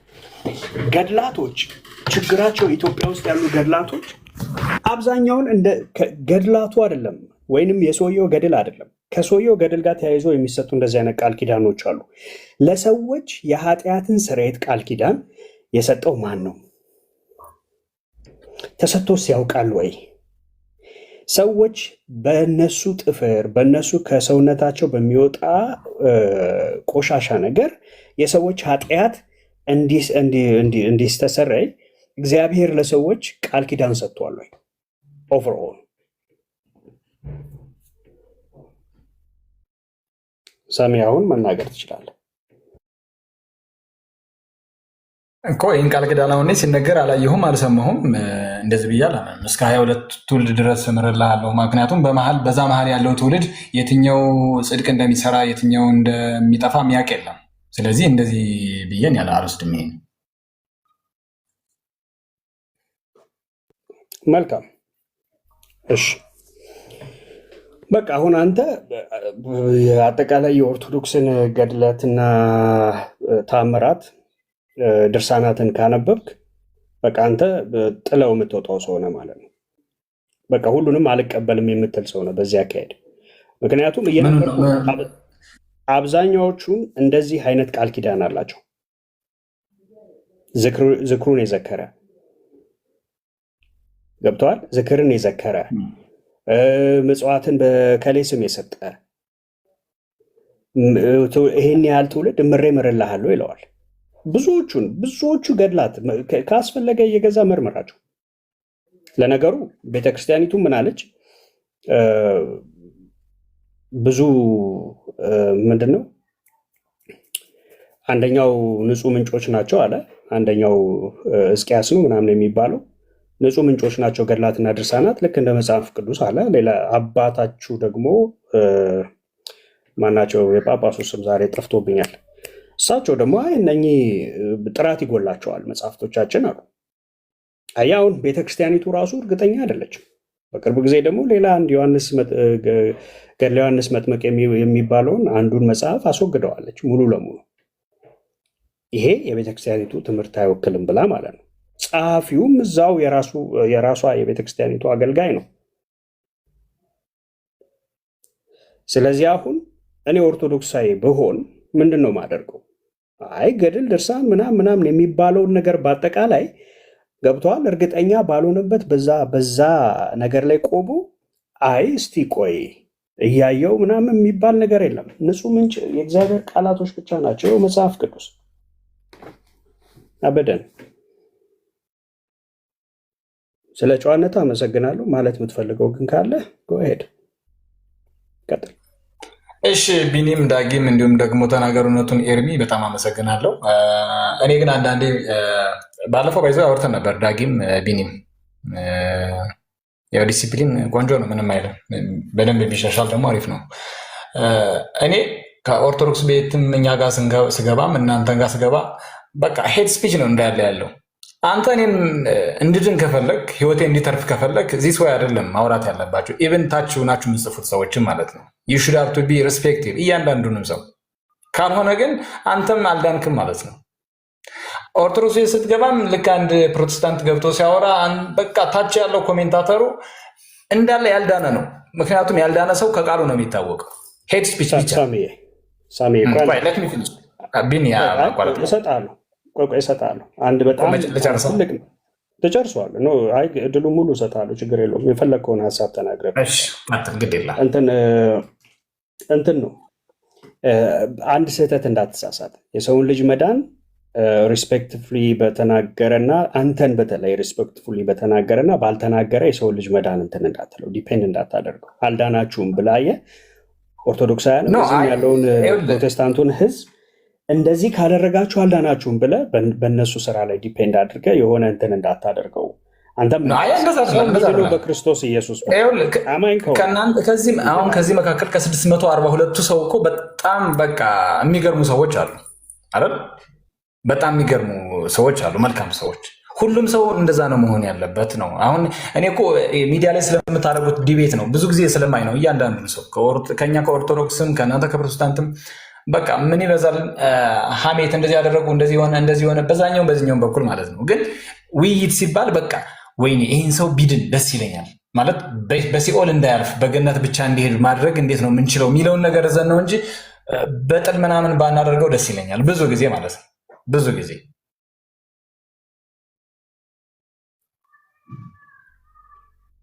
ተረዳኝ። ግን እሺ ምክሬን እቀበለዋለሁ። በጥል ያልከው ያው እኛ ጸብ የለም እኮ እኛ ጋር ባይዞ እይታህ ነው። እኔ አሁን እይታህን እንድታስተካክለው ፈልጋለሁ። ዲቤት እኛ ሀገር ዲቤት አልተለመደም። ዲቤት ሲደረግ እኛ ሀገር ምንድን ነው የተለመደው? ከባህሉም ከምኑም ተያይዞ ብዙ ባህሎቻችን ደግሞ ከኦርቶዶክስ ቤተክርስቲያን የሆነ ኢንፍሉዌንስ አለ። ገብተዋል። ሪል የሆነውን እውነት የሆነውን ከመናገር ይልቅ ሰው ተሽኮርምሞና በይሉኝታ ምን ይለኛል ሰው በማለት እውነትን ሳይገልጥ እሺ ወዳጄ እሺ ምናምን ብሎ የሆነ ተቅለስልሶ ማለፍን ይመርጣል። ይሄ ትክክለኛ በባህልም እንደ ሀገርም ትክክል ነው ብዬ አላምነው። እውነት ነው፣ አትቀይረውም። ኢየሱስ በጸሐፍቶች በፈሪሳውያን መካከል ቆሞ ነው ይህንን የተናገረው። እናንተ እንደተለሰናችሁ መቃብሮች ናችሁ፣ በኖራ እንደተለሰነ መቃብር ውስጣችሁ የሙታን አጥንት አለ አለ። ማን ነው ይህንን ያለው? ወንድም አለ ኢየሱስ። እና ኢየሱስ ተሳዳቢ ነው ወይ? አይደለም። ሲሞግታቸው እውነቱን ይነግራቸው ነበር። ውስጣቸው አመፃና እርኩሰት ተሞልቷል አላቸው። ማን ነው ይህንን የሚናገረው? ጌታ። ለምንድን ነው ይህንን የተናገረው? እውነት ስለሆነ። አየ ችግሩ ምንድን ነው? የእኛ ህዝብ እውነትን መስማት ይከብደዋል። ለምንድን ነው የሚከብደው? የለመደው ፊት ለፊቱ መጥቶ ወዳጁ የሚባለው ፊት ለፊቱ መጥቶ ተቅለስልሶ ከጀርባው ሄዶ ሲያመው ምናምን እንጂ የለመደው ፊት ለፊቱ መጥቶ ይሄ እውነት ነው ይሄ ውሸት ነው ብሎ ፊት ለፊቱ ሲጋፈጠው አያውቅም። ስለዚህ እውነትን እንደዚህ መልመድ አለብን። እግዚአብሔር ደግሞ የእውነት አምላክ ነው። ኦኬ፣ ለሱ ለቃሉም ለክብሩም ለባህሪውም ያልመጠነውን ነገር ሁሉ ጽፋ ስታበቃ ቤተክርስቲያኒቱ አይ በፍቅር አውሩን አይባልም። ደግሞ በፍቅር ነው የምናወራችሁ። ባይዞ ምንም ግዴታ የለብንም። እዚህ ጋር ስለምንወዳችሁ ነው የምናወራው። ዛሬ ሾክድ ሆኖ አንዳንዱ እኮ እዚህ ጋር አይቶ ገድላትና ድርሳናቱን ሾክድ ሆኖ የሚሄደው ሄዶ ነገ ይመረምራል። እንዴ መጽሐፍ ቅዱስስ ይሄ ነው ወይ የሚለው ብሎ ሄዶ ቼክ ያደርጋል። ይህንን ምክር ላለመቀበል አይደለም። ቆይ አንዴ አድምጥ። ይህንን የምነግርህ ምክር አንቀበልም እያልኩ አይደለም። ያ ማለት እኛ ሁል ጊዜ በምናደርገው አካሄዳችን ፐርፌክት ነን ለማለት አይደለም። ነገር ግን እውነትን በመግለጥ ግን እንደ ጴንጤ ማንም የለም። ማንም ሰው ፊታችን መጥቶ አይቆምም። በዚህ እውነት ገብተዋል። በነጠላ አፋችንን ሸፍነን አንንሾካሾክም። በግላጭ እግዚአብሔር ቃላቶች ሰውን ለማዳን ለሰው ልጆች የተሰጡ ናቸው እና በግላጭ እነሱን እንናገራለን፣ በግላጭ ደግሞ እናስተምራለን።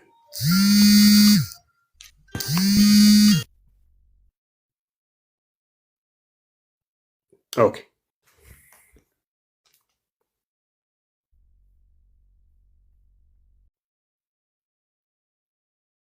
በቃ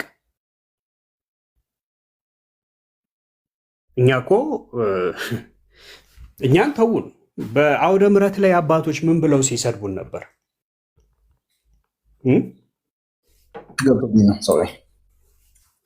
ኦኬ እኛን ተወን። በየአውደ ምሕረቱ ጳጳሳት፣ ቄሶች፣ አራት አይና ብትለው ዲያቆናት ምን እያሉ ነው የሚሳደቡት? ጴንጤን ምን እያሉ? እኛ እኮ በእግዚአብሔር ቃል ነው ምን ዘልፋችሁ ብንዘልፋችሁ በእግዚአብሔር ቃል እንዘልፋችኋለን። እንዴ አባቶች እዛ ላይ ምንድን ነው ያሉት? ጥበብ ቤቷን እንደሰራች ድንቁርና በጴንጤ ላይ ሰራ። የጴንጤ ጸሎት የእንስሳ ነው። ቃል በቃል ነው የምነግርህ። እነኝን ኮት ያደረኳቸውን እኮ ቢኒ አሁን እኮ እኔ ከየትም ቢሆን እኮ እኔ እንደዚህ አይነት ነገር አልቀበልም እያልኩ እኮ ይገባኛል። አንተ አትቀበለውም። የእኛ ዘለፋ ግን ስህተት አይደለም እያልኩ ነው። ስህተት አይደለም። የምንዘልፈው በእግዚአብሔር ቃል ልክ ነው። ጠማሞች ስንል የእግዚአብሔር ቃል ጠማሞች ስለሚላቸው ነው። ጣዖት አምላኪዎች ስንል የእግዚአብሔር ቃል ጣዖት አምላኪዎች ስለሚላቸው ነው። አሁን ለምሳሌ ኦርቶዶክስ ላይ ጣዖት አይመለክም፣ ግን ይሄ በደንብ ይመለካል። አይመለክም፣ ጣዖት አይመለክም። ኦርቶዶክስ ላይ ለስዕል ትሰግዳለህ? ለስዕል ትሰግዳለህ? አልሰገድኩም ለስዕል። ኦኬ ኦርቶዶክሳውያን ለስዕል አይሰግዱም? ስግደቱ እንዴት ነው የሰገዱት? በላይ በመንፈስ ነው የሚሰገደው፣ በአካል አይደለም የሚሰገደው። በመንፈስ የሚሰገደው ለማን ነው? በእውነትና በመንፈስ መስገድ ራሱ ሲባል ምን እያልከኝ ነው? እስቲ አሁን በመንፈስ አሁን እስቲ እንግባበት እና እዚህ ሀሳብ ላይ ሰው በመንፈስ ነው የሚሰግደው። ኢየሱስ ለምሳሌ ያ ጊዜ መጥቷል አለ። በመንፈስና በእውነት የሚያመልኩበት ወይንም የሚሰግዱበት። እሺ በመንፈስ መስገድ ስትል ምን እያልከኝ ነው? በመንፈስ መስገድ በመንፈስ ለአምላኬ እሰግድለታለሁ አይደል? አሁን ምን እያልከኝ እሱ ምን ማለት ነው? በመንፈስ መስገድ ስትለኝ ምን ማለት ነው? ለአምላኬ እየተገዛው ማለት ነው። ትንሽ ጫጫታ ዳኒ ነው ሚዩት አድርጎለት። ቆይ ኦኬ እሺ። በእውነትና በመንፈስ መስገድ ሲባል ምን እያለ ነው ጌታ እዛ ጋር? ዮሐንስ ወንጌል ምዕራፍ 4 ላይ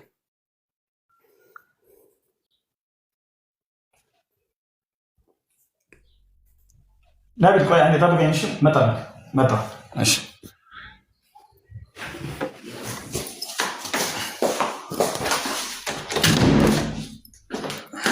ሳሚ አለ?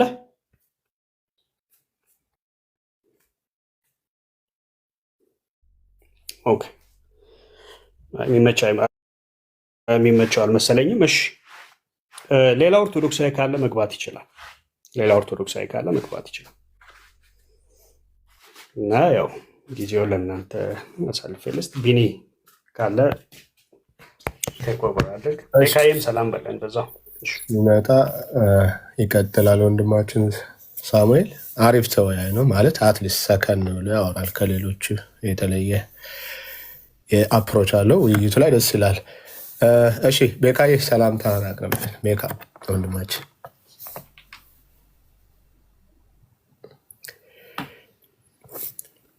ቤካ የሚመች ቦታ ላይ አይደለ?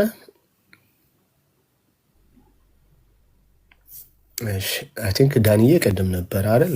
አሁን መልሰው ነው እንጂ የገባው ነበረ ቅድም። ሌላ ማን ወገን ስራ ተጠርቼ ነው። በጣም ሶሪ እመለሳለሁ። እሺ እሺ፣ መልካም ቆይታ ይሁንልህ። ተባረክ። እሺ እሺ እሺ አለው። እሺ ወገኖች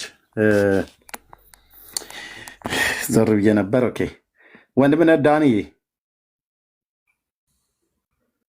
ምናልባት ወደ ዳንዬ ቤት እንቀይር፣ እዛ ኮፕሊንግ ሼር እስከሚደረግ ወንድምነት ከቻለ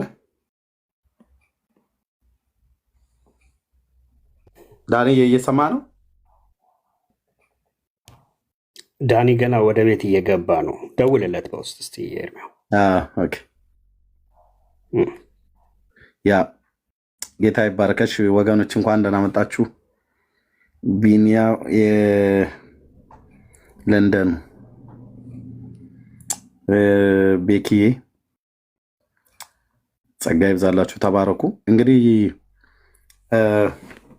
ሰው ከዘላለም ጥፋት የሚድንበትን እውነት በእያንዳንዱ ቀን የምንነግራችሁ በኢየሱስ ክርስቶስ ሰው ካላመነ በስተቀር ጌታን የሕይወቱ አዳኝ አድርጎ እግዚአብሔር አብ አባቱ ከሰማያት እንደላከው ለሰው ልጆች በደልና ኃጢአት ምትካይ ሞትን እንደሞተ ሞታችንን እንደሞተልን ሕይወቱን እንደሰጠን በእርሱ ሕይወት ካልሆነ በሱ በኩል ካልሆነ በስተቀር ሰው ከዘላለም ፍርድ ሊድን እንደማይችል ይሄንን አውቆ ሰው ክርስቶስን የሕይወቱ መድኃኒትና አዳኝ አድርጎ ካልተቀበለው እሱም በዘላለም ቤቱ አይቀበልህም።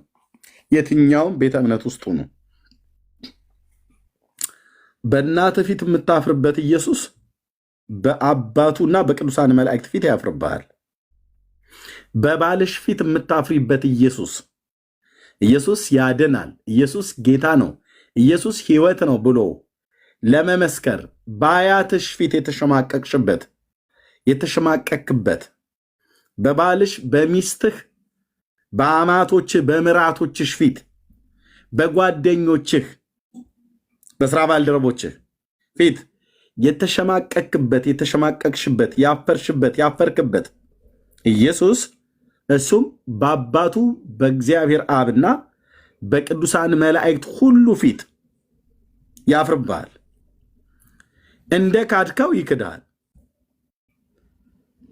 አንተ ያልመሰከርክለትን እሱም በሰማያት በአባቱ ፊት አይመሰክርልህም። አዎ ይህንን በደንብ አስምራችሁ የትኛው ቤተ እምነት ውስጥ ያላችሁ ሰዎች ይህን በእርግጥ በልባችሁ ላይ ደምቆ መጻፍ ያለበት እውነት ነው። እዚህ አፍረሽበት በባልሽ ፊት ጌታ ኢየሱስ ብሎ ለመጥራት መድኃኒት እኮ ነው፣ አዳኝ እኮ ነው። ግን ጌታዬ ብሎ ለመጥራት ያፈርሽበት እሱም በአባቱ በእግዚአብሔር አብ ፊት በቅዱሳን መላእክት ሁሉ ፊት ያፍርባችኋል።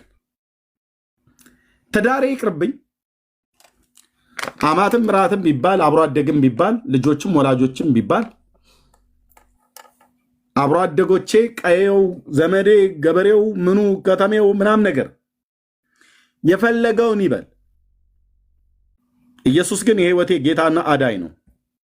ማዳኑን አይቻለሁኝ፣ ጌትነቱን ተረድቻለሁኝ። ፍቅሩን፣ ቸርነቱን፣ አባትነቱን አውቄያለሁኝ።